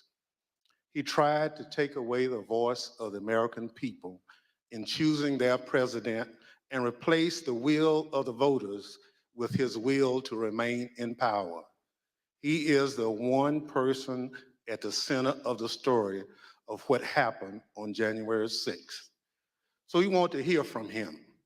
The committee needs to do everything in our power to tell the most complete story possible and provide recommendations to help ensure nothing like January 6th ever happens again. We need to be fair and thorough and gain a full context for the evidence we've obtained. But the need for this committee to hear from Donald Trump goes beyond our fact finding. This is a question about accountability to the American people.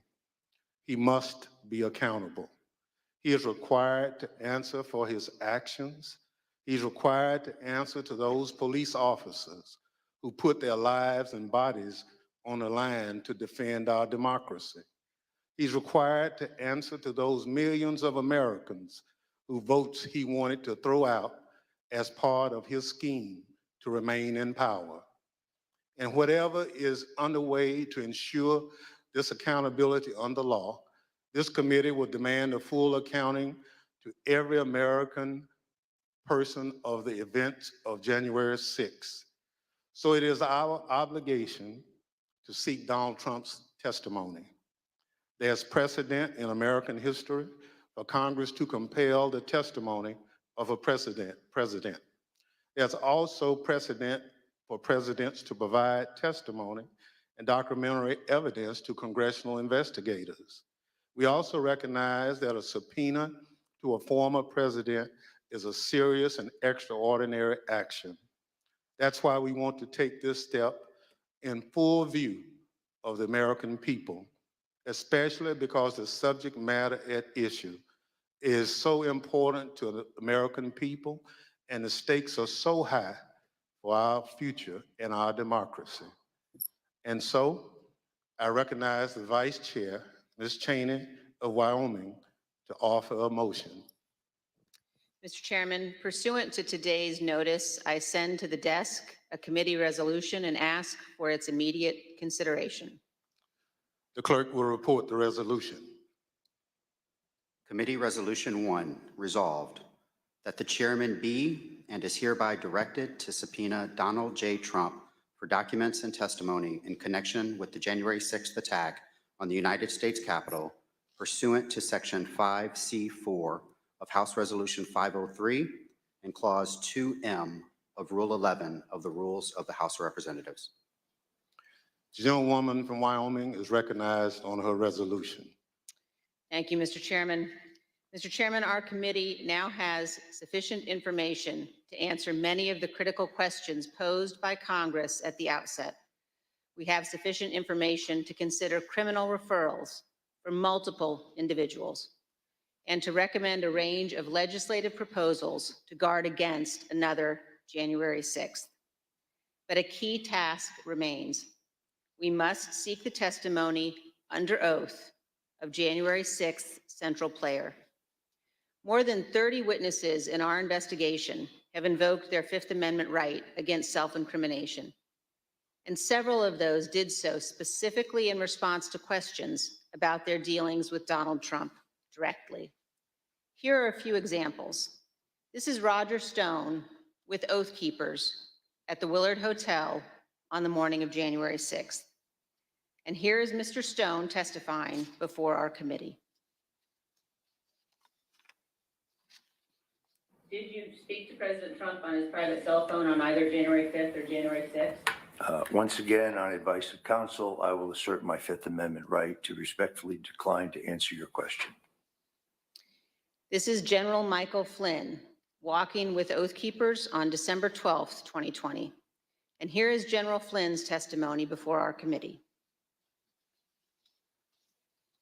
Did you, General Flynn, talk to President Trump at any point on January 6, 2021?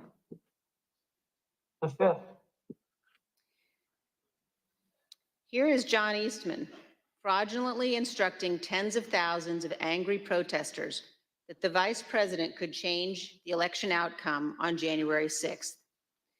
Later on this same day, Dr. Eastman acknowledged in writing that Donald Trump knew what he was attempting was illegal. Here is Jon Eastman testifying before our committee. Did President Trump authorize you to discuss publicly your January 4th, 2021 conversation with him? Fifth. So is it your position that you can discuss in the media direct conversations you had with the President of the United States, but you will not discuss those same conversations with this committee? Fifth. Here is Jeff Clark, who conspired with Donald Trump to corrupt the Department of Justice. President Trump wanted to appoint Jeff Clark as acting Attorney General. And as you can see in this call log we obtained from the National Archives, he did so. And here is Mr. Clark testifying before our committee. Mr. Clark, when did you first talk directly with President Trump? 5th. Mr. Clark, did you discuss with President Trump allegations of fraud in the 2020 election? 5th. Other witnesses have also gone to enormous lengths to avoid testifying about their dealings with Donald Trump. Steve Bannon has been tried and convicted by a jury of his peers for contempt of Congress. He is scheduled to be sentenced for this crime later this month. Criminal proceedings regarding Peter Navarro continue. And Mark Meadows, Donald Trump's former chief of staff, has refused to testify based upon executive privilege. The committee's litigation with him continues. Mr. Chairman, at some point, the Department of Justice may well unearth the facts that these and other witnesses are currently concealing. But our duty today is to our country and our children and our Constitution. We are obligated to seek answers directly from the man who set this all in motion. And every American is entitled to those answers, so we can act now to protect our republic. So this afternoon, I am offering this resolution that the committee direct the chairman to issue a subpoena for relevant documents and testimony under oath from Donald John Trump in connection with the January 6th attack on the United States Capitol. Thank you, Mr. Chairman. I yield back. Gentlelady yields back. If there's no further debate, the question is on agreeing to the resolution. Those in favor will say aye. Aye. Those opposed is no. In the opinion of the chair, the ayes have it. Mr. Chairman, I request a recorded vote. A recorded vote is requested. The clerk will call the roll. Ms. Cheney. Aye. Ms. Cheney, aye. Ms. Lofgren. Aye. Ms. Lofgren, aye. Mr. Schiff. Aye. Mr. Schiff, aye. Mr. Aguilar. Aye. Mr. Aguilar, aye. Mrs. Murphy. Aye. Mrs. Murphy, aye. Mr. Raskin. Aye. Mr. Raskin, aye. Mrs. Luria. Aye. Mrs. Luria, aye. Mr. Kinzinger. Kinzinger, aye. Mr. Kinzinger, aye. Mr. Chairman. Aye. Mr. Chairman, aye. The clerk will report the vote. Mr. Chairman, on this vote, there are 9 ayes and 0 noes. The resolution is agreed to. Without objection, a motion to reconsider is laid on the table. The chair requests that those in the hearing room remain seated until the Capitol Police have escorted members from the room. Without objection, the committee stands adjourned.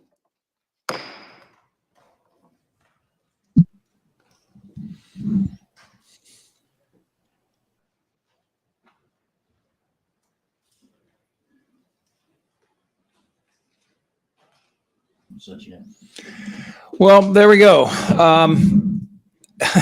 Subpoenaing the former president of the United States to appear before a group that has essentially chronicled crimes against the nation and against states such as such as New York and Georgia.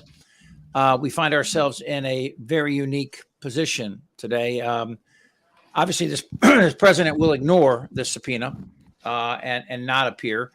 And it's obvious from this group here that they're going to recommend that he be indicted. And that's going to be up to Merrick Garland, who obviously has not only this investigation going on, but the documents at Mar-a-Lago. We had Jon Austin with us. By the way, I'm Chip Franklin, Brooklyn Dad. Hey, Brooklyn.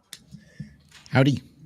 So obviously, there will be some legal, I say obviously, but I think most people feel secure in the knowledge that we've seen enough evidence here and also from the documents that continue to grow worse for the former president every day. The question is now, when will we see an indictment? Because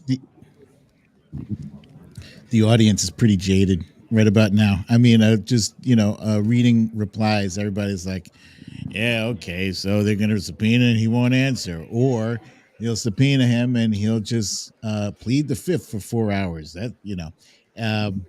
People's expectations are already baked in. They mostly believe that he will not comply, that he will. No, he won't. Resist. There's no way. Yeah.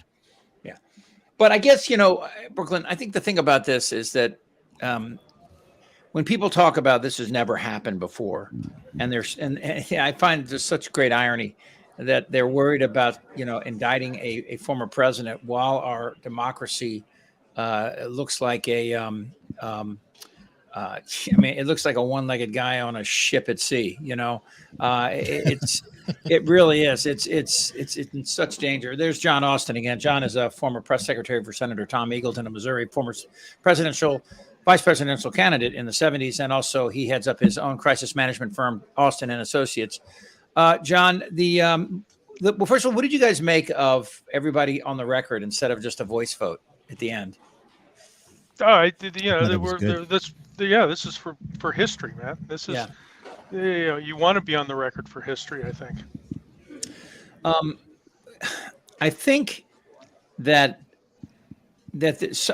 one of the, and this somebody, I was reading this earlier, one of the upsides of this long, protracted investigation is, I think, a slow awakening in what's left of the old Republican Party, that like Liz Cheney. I think there are other Liz Cheneys out there that we're going to start to see as we get closer to an indictment.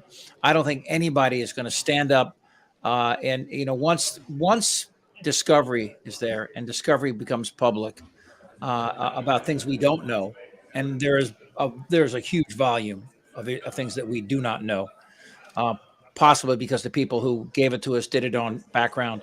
But I think we're at a place right now where you can safely say that there's still a lot to learn. Oh, Would you yeah. agree? Yeah. Yeah, no, the thing was so Byzantine to begin with. I mean, these folks do is layered inside of shell companies and special purpose companies and things like that. You could spend decades untangling all this. No doubt. Yeah. I think the January 6th committee did a fantastic, really, I'm not just saying that because, I want to see accountability. I'm saying they really put together for the kind of information that they had to filter. They've interviewed over 1,000 people. They had to sift through, I believe, 130,000 documents. That's just crazy, and that they were able to lay this out in such a coherent way that the layman can watch this on TV and say, and accessible. That makes sense. Yeah. Sure. And there's not a lot of jargon, not a lot of inside baseball. I don't think I ever heard the phrase continuing resolution or any of that. I mean, they really did a nice job of making this understandable for anybody who wanted to just follow along. Yeah. Where does Meadows stand right now, do you think? Is he looking out? Is he just talking to his lawyers, trying to figure out which way to go? As Eric Hirschman once said, you better have a pretty goddamn good criminal defense attorney. Yeah. What about Lindsey Graham? Where's he going to go? Wherever the spotlight is shining the brightest. He is a moth drawn to flames. And when it was John McCain, that's where he was, and it's Donald Trump. And if Trump fades, he'll find a new best friend. So for some reason, I am not that. I'm not as confident as John is that. Or actually, you did say he was like the moth drawn to the flame. I don't see him facing any consequences for what went down, even though he should, at least in the case of Georgia. He seemed to definitely been fiddling around down there where he had no business fiddling. All right. Yeah, at least take a closer look at that. But yeah, I think I agree with you. What does Biden and DeSantis take from today, and from, I guess, at the the resolution of at least this round of these hearings? Does Biden look at this and see a clearer path if he decides to run? Does a DNC take this and say there is some real strong political capital? And does Ron DeSantis look at this with a real opportunity too? I personally don't think that that the outcome of the January 6th hearings or investigations play any part in the calculus that he is using, that he's trying to figure out. Who, DeSantis? His decision. No, sorry, Biden. I don't think President Biden is factoring. Excuse me. Let me turn this. I disagree. I think the only reason Biden doesn't announce today that he's not running is because he believes, and he might be right, he's one of the few people that could defeat Trump. Right. I agree with that. I think he really believes himself. I think the only reason he ran, I think Clyburn kind of talked about this. One of his decisions in South Carolina that everybody remembers now with the primary that kicked Biden over the hump was that Clyburn believed the same thing, that this was the only guy I thought that would definitely beat Trump in the election. And, you know, he did by the same amount that Trump beat Hillary, you know, I mean, at least electorally. That's why Jim Clyburn is a smarter political person than I am, because he was not my first choice, but I came around to his viewpoint.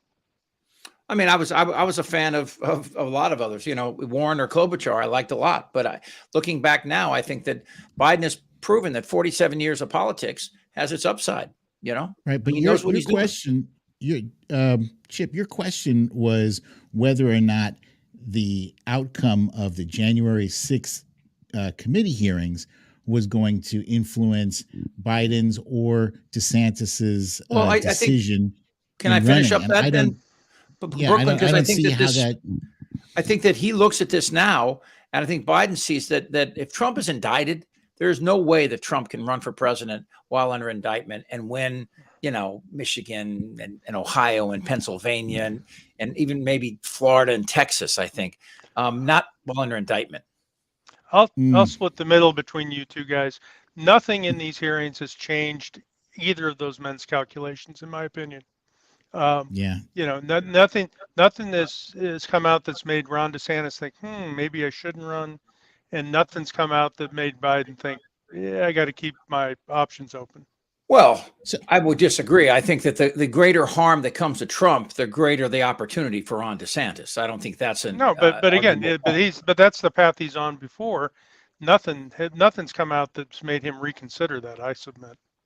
Well, I think it's solidified what he believed up until this point. Possibly, yeah. His vulnerability was exposed today to even a greater extent.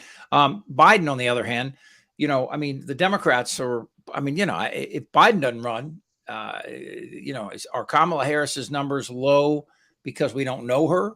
I don't know. And you look around, you know, Kamala's been swift-boated by the media. You know, they've done her a grave disservice, and she hasn't helped. Perhaps it's also her team. Maybe it's the White House too. I don't think she's been put in a position to succeed. I think we're seeing a lot of clips that show her as being unprepared, you know, in front of the press. And that sort of thing matters because, you know, if I'm seeing it and I try my best to ignore right-wing media and right-wing, you know, shit, but I see a whole lot of memes and a whole lot of video clips showing her not ready for the moment. So, hey, let me ask you this, I hope guys. that changes, but if the Democrats win the House and the Senate, as unlikely as some think that might be, I still think it's possible. If they do, would you use the 14th Amendment to keep Trump from running again? You could do it through a bill in the House and the Senate. Yes. I'm not willing to take anything off the table at this point if that's the goal. Yeah. Would you also then look to the possibility, and I'm not going to use the word the media uses, would you expand the Supreme Court and include Mitch McConnell in that conversation and say, this is not going to be, you know, we're not going to put up 5 more Sotomayors. This is going to be, you know, we're looking for the Merrick Garlands out there who's been fair all along. I mean, what do you think? I like that. I'm gonna go the other way on that. You know, the Supreme Court just flushed his emergency appeal while the hearing was going on. They rejected his appeal with a 1-sentence denial. And Yeah, did they do it unanimously? I don't think so, John. Yeah, no, well, they issued a 1-sentence rejection. There were no minority opinions, no dissents. Sure. It was just. But I guarantee you, Thomas voted in favor, and maybe possibly, you know, sometimes though Thomas is the supervising justice for the 11th Circuit. You know, he could have made the decision on his own, I think, if I understand the rules right. But, you know, he kicked it to the whole court, apparently, and the whole court said no. So I'm not a big fan of this court, but this court so far hasn't done much to help with the fake election stuff. I'm more worried about Amy Coney Barrett than I am about Gorsuch or Kavanaugh by a factor of 10. I think those two other guys are much more toward the center than the media has allowed for. I mean, I grew up with Catholic guys like Kavanaugh. I know how they think, and I don't know Gorsuch, but Gorsuch seems to me to be at least have one foot. What are you laughing at, John? Oh, I'm as anybody who's tuned in probably can tell, I'm doing this on site at a client, so I'm sort of moving from room to room, and somebody just made a funny off camera, but that's okay. Okay. Your wife is watching this as well with my wife somewhere in California. They're on a road trip. I'm sad to find out that's the best thing they could think of to do. What, to watch us? Yeah, right. They're in California looking at the Pacific Ocean, and they're watching you and me and Brooklyn on a live stream. That's sad. I got to say, guys. Well, it's sad for you and I, but I'd watch Brooklyn. So he's handsome. So yeah.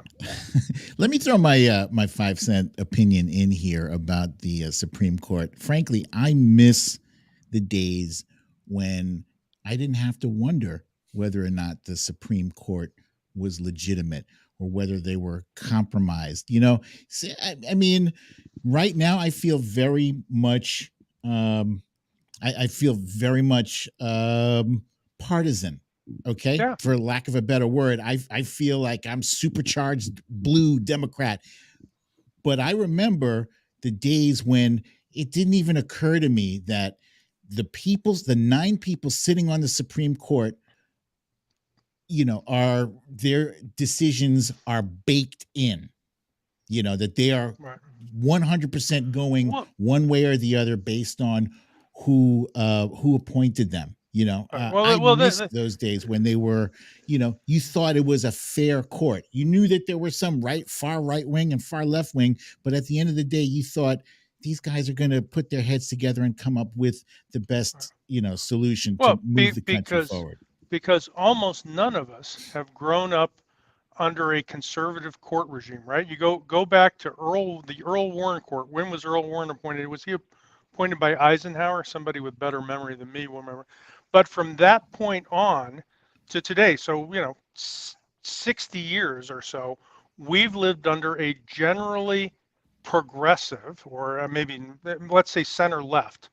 Well, hold on. Roe v. Wade in '73 was a conservative majority. Well, but there were conservatives who crossed over to vote for that. But I got to stop you there, John. First of all, that Roe v. Wade is not a progressive decision. It's a conservative decision saying government has no right to invade. No. Well, no, that was part of the majority decision. I get where you're going, but it was not a conservative decision. It took rights away from the states. It created a right to privacy that is unenumerated in the Constitution. So, you know, what's the Fourth Amendment? What's the Fourth Amendment? But, you know, the whole cast of the court, the arc of the court for the last 60 years has been leaning to the left. Now we've got a 6-3 leaning to the right. And we're about to find out, and we're starting to find out, not just on things related to Trump, but on things like regulatory authority and the reach of the executive branch. A conservative court is hell-bent on dialing some of that back. And that's what I think people really ought to be paying attention to. You don't like global warming, climate change? well, the Supreme Court's got a case coming up that could make it much harder for us to do anything meaningful It's to been combat it. 15 years since Citizens United, though, John. I mean, I wouldn't say that we've been living under a progressive court. I would say it's been skewing back to it, but even as recently as affirming the Affordable Care Act, Casey versus Planned Parenthood, those were, under ostensibly conservative courts, those were affirming decisions. All Roberts said, not to go note for note with you, though, John. All Roberts said is that it was a tax. They didn't support. Yeah, I mean, you think John Roberts didn't stay up night after night trying to find a way to justify him voting with the liberal minority? Why did he? Because he didn't want to blow up the country, and he didn't want to blow up the institution. To Brooklyn's point, trust in the Supreme Court has plummeted, and John Roberts is an institutionalist who cares about the court and cares about the legacy, and he does not want 5-4, 6-3 decisions that divide the country, because he knows that undermines the credibility of the court. Wow, that's kind of late for that. I mean, his vote on overturning Roe shows you that he's not who we thought he was. I mean, he's not. I think he's exactly who we thought he was. What? Well, a jurist that cares about the appearance of the court. He's a conservative product of the Federalist Society, who skews to the right on all of that. But he's also, how long has he been sitting as the Chief Justice? He's also, at this point in his career, an institutionalist who's caring as much about his legacy and the legacy of the court as he is about any one decision. More than his legacy, maybe, than the nation's, possibly. Maybe, I don't know. Maybe he sees them the same. I never met the man. Maybe I'm reading him wrong, but that's, from the outside, that's what it looks like he's doing. One of the things that, and I quote this book all the time, and I really think people should read it, The Fifth Risk by Michael Lewis. It came out right after the election, and it essentially dealt with the fact that, you hear people like Hawley, and you hear people like Grassley and others say they would like to totally examine the need for a federal government, and the laws that the federal and the state should be able to enact their own laws. Obviously, we know that since the Commerce Clause was, really started to be enforced, that we need the federal government from everything, not just from building roads, but also for interstate commerce, but also to protect the individual rights, civil rights, abortion rights used to be. We need a federal government. And in the book, Michael Lewis's book, The Fifth Risk, there was a federal official in Mississippi opening a new, I think, a water treatment plant that would replace one that had been there since the Depression. And, it was to have some of the problems that Jackson has right now, right? And the person said to the federal official, can you say that, can you not say the federal government did it because they really hate them here? It plays into what Reagan said, too, about, when the government shows up, you should run. The idea that the federal government is the problem here is part of the Oath Keepers, part of Trump, part of the right-wing Republican message for the last 40 years or more. And you have to address that before you can fix any of these problems here. The federal government and the FBI and the deep state, all that bullshit, when they continue to attack that and attack it without us answering it in a way that is understandable and a salient, digestible way for Trump supporters, that failure is just adding to this problem. Yeah, we're living in really tough, interesting times, and anybody who thinks that the old Chinese proverb, may you live in interesting times, is a blessing, doesn't know what the hell they're talking about, right? Christ, oh my, but I think that, I'm an optimist by nature, and despite everything that's happened in the last 7 years, I remain an optimist. And I think, I lived through the 60s, and my parents lived through the Depression, and, their parents lived through the Gilded Age, and their parents lived through the Civil War. I mean, we've had these tests before, and, I'm gonna, until I've lost all hope, I'm gonna believe we're gonna find our way back. I believe in the promise, though. Remember that Sting song, Russians? He says, I hope the Russians love their children too. I kind of follow the same. I'm going to quote myself. I used to say that a cynic was a skeptic with all the facts, and an optimist is a cynic with children. I mean, you know, and I really believe that. I believe that one of the things that keeps Russia from launching either a small scale or a large scale nuclear attack is the people over there that have families, have children, you know. And of course, it's also the kleptocrats that don't want to lose their billions that they've hid offshore. But there is a play here that we could appeal to, and that is, you know, that everybody in this 350 million population has some connection to the future via children, and we have to find it. I mean, you know, religion, of course, gets in the way of most of that. But here's what we need. You guys remember the movie Independence Day? It's like 20 years old. Will Smith. We need independence. We need the aliens to come down and really remind us what we all have in common, right? Yeah. It's a good point. Well, you know, here's the deal. That, you know who said that first, don't you?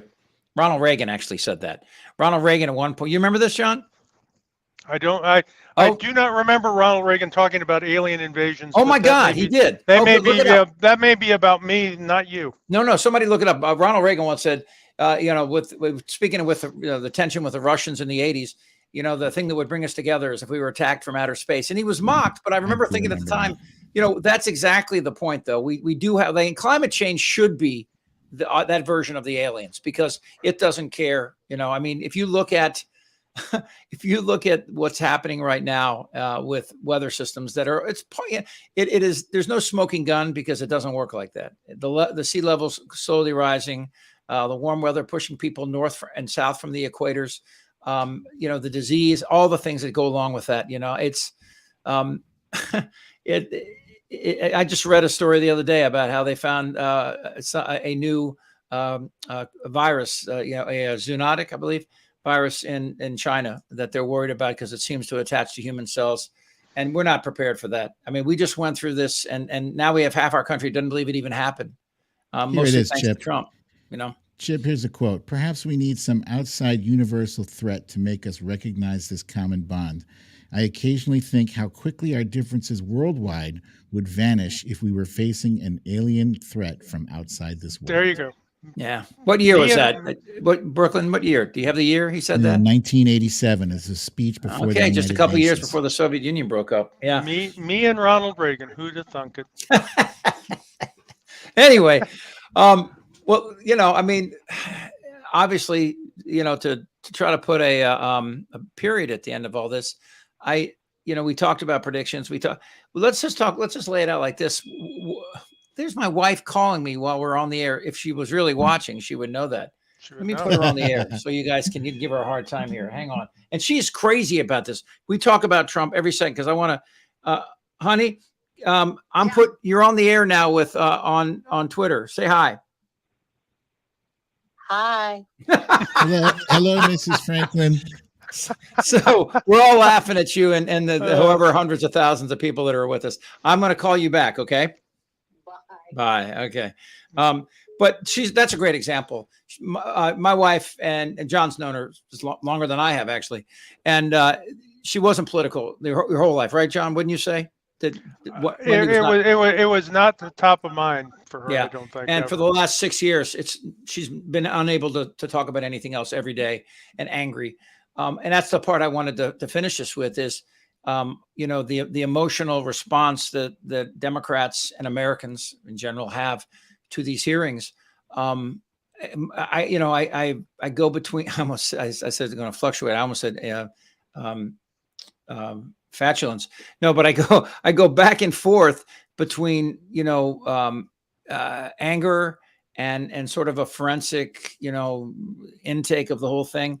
But I find myself most of the time flummoxed, just angry, vexed. I don't know how this is going to resolve. I don't, you know, whether predictions we make, what will this country look like in 20 years because of this? You know, can we ever get back to that sense of this one country, or is this a multi-generational bomb we've lit? I don't know if you guys have seen that pie chart. There's a pie chart meme out there that shows 30, let's say 20% red, 20% Republican, 20% Democrat, and the rest of the pie chart is all people who did not vote.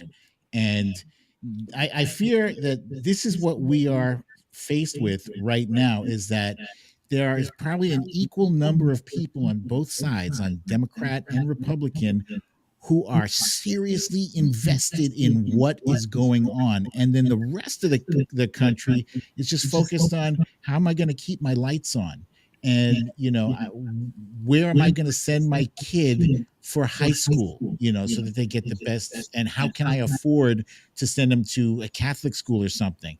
And so at the end of the day, I think the United States will somehow manage to stumble forward and survive somehow in spite of itself, because I think that there's enough people really in the middle, the moderate, the people who just like, stop all the drama, you guys. Yeah. Can we just, take care of business? There's enough of those people who will make the difference. Ultimately. I think we're going to have to change the name from USA to SA, because there's not going to be much united.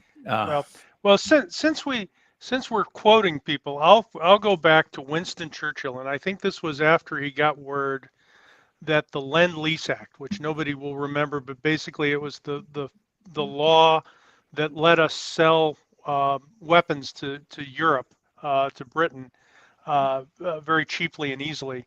And he said, thank God, the Americans can be counted on always to do the right thing. He paused for a second, but only after they've tried everything else first. Yeah, after exhausting all the other possibilities. Yeah, and that's I think that's kind of insightful about our character. We bumble, we fall, we fail, we go backwards for a bit. It's uneven, it's unfair, it's exclusionary, and yet the promise, the thing that's in the documents, right? You read the goddamn Declaration of Independence. It's a call to action, right? And it's still worth trying to rise to those ideals. Even and when interestingly, we fail. And I think 95% of Americans believe that. Yeah, much of which, was poured into the Constitution and the Declaration of Independence, has its roots all the way back to ancient Greece, from John Locke and through.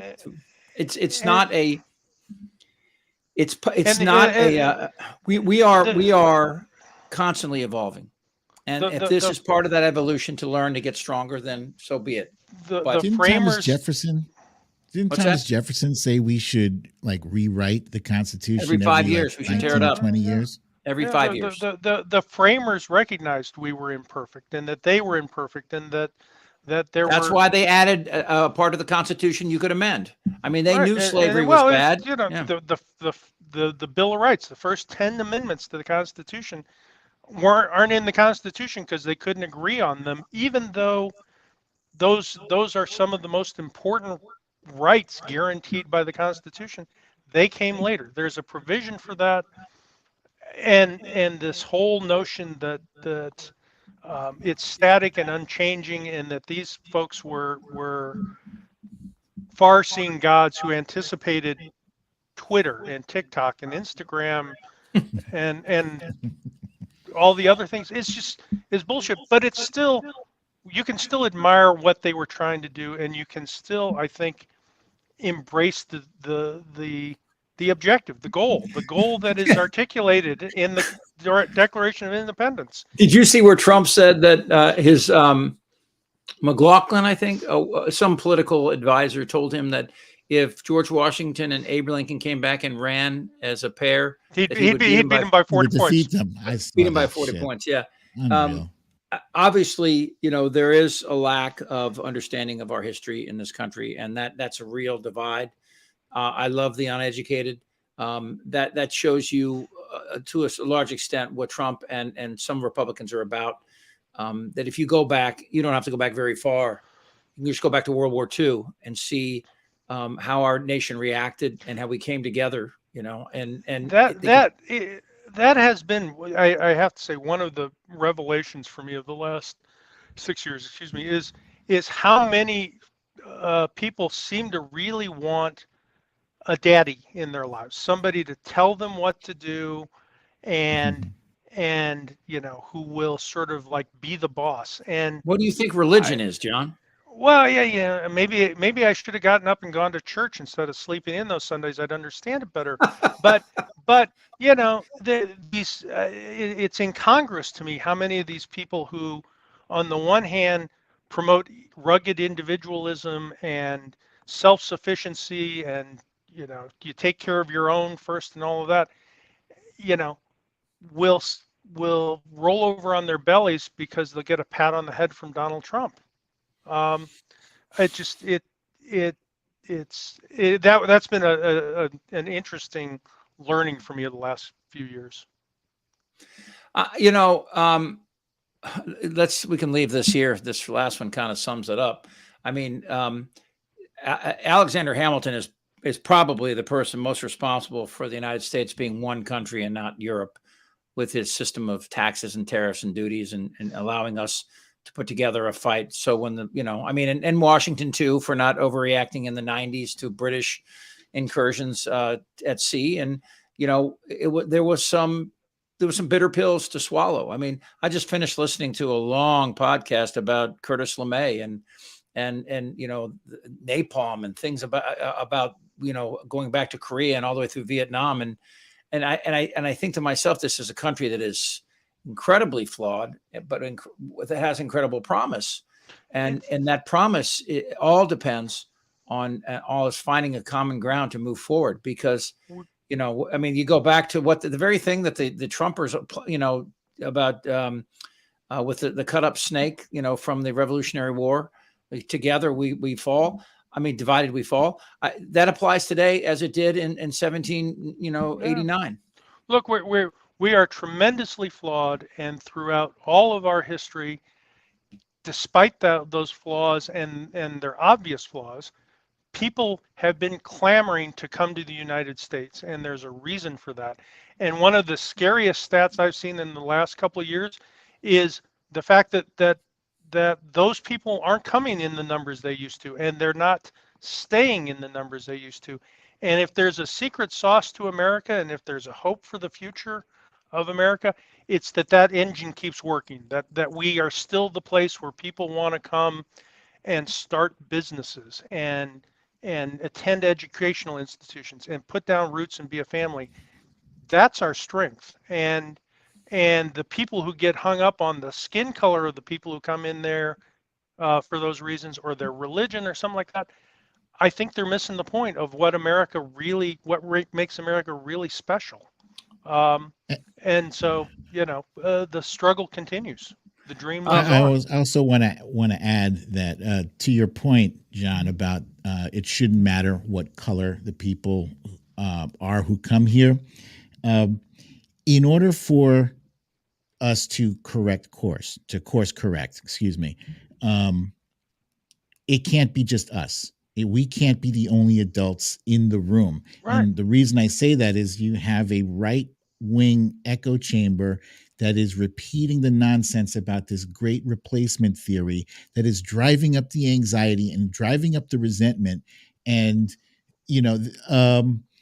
that is a major problem. Like every time you turn on the TV, you hear somebody screaming about, why isn't Biden going to the border? Why isn't Kamala going to the border?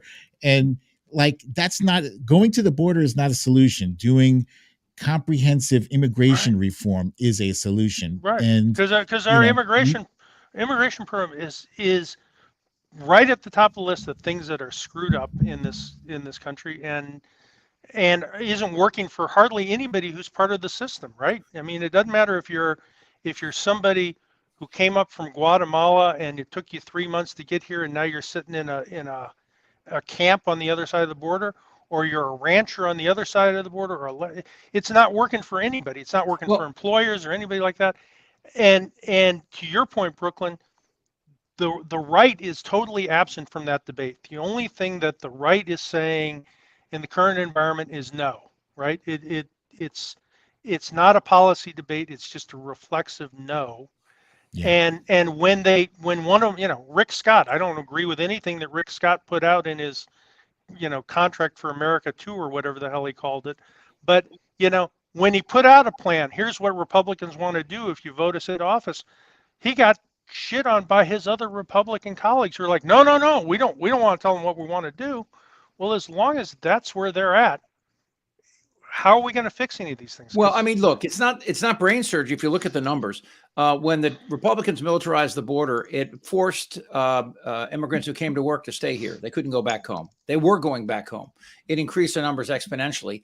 And lastly, if you look at the census numbers, if we don't have immigration coming in here to work in this country, we're doomed. Our numbers, we literally, our GDP will fall down the shitter.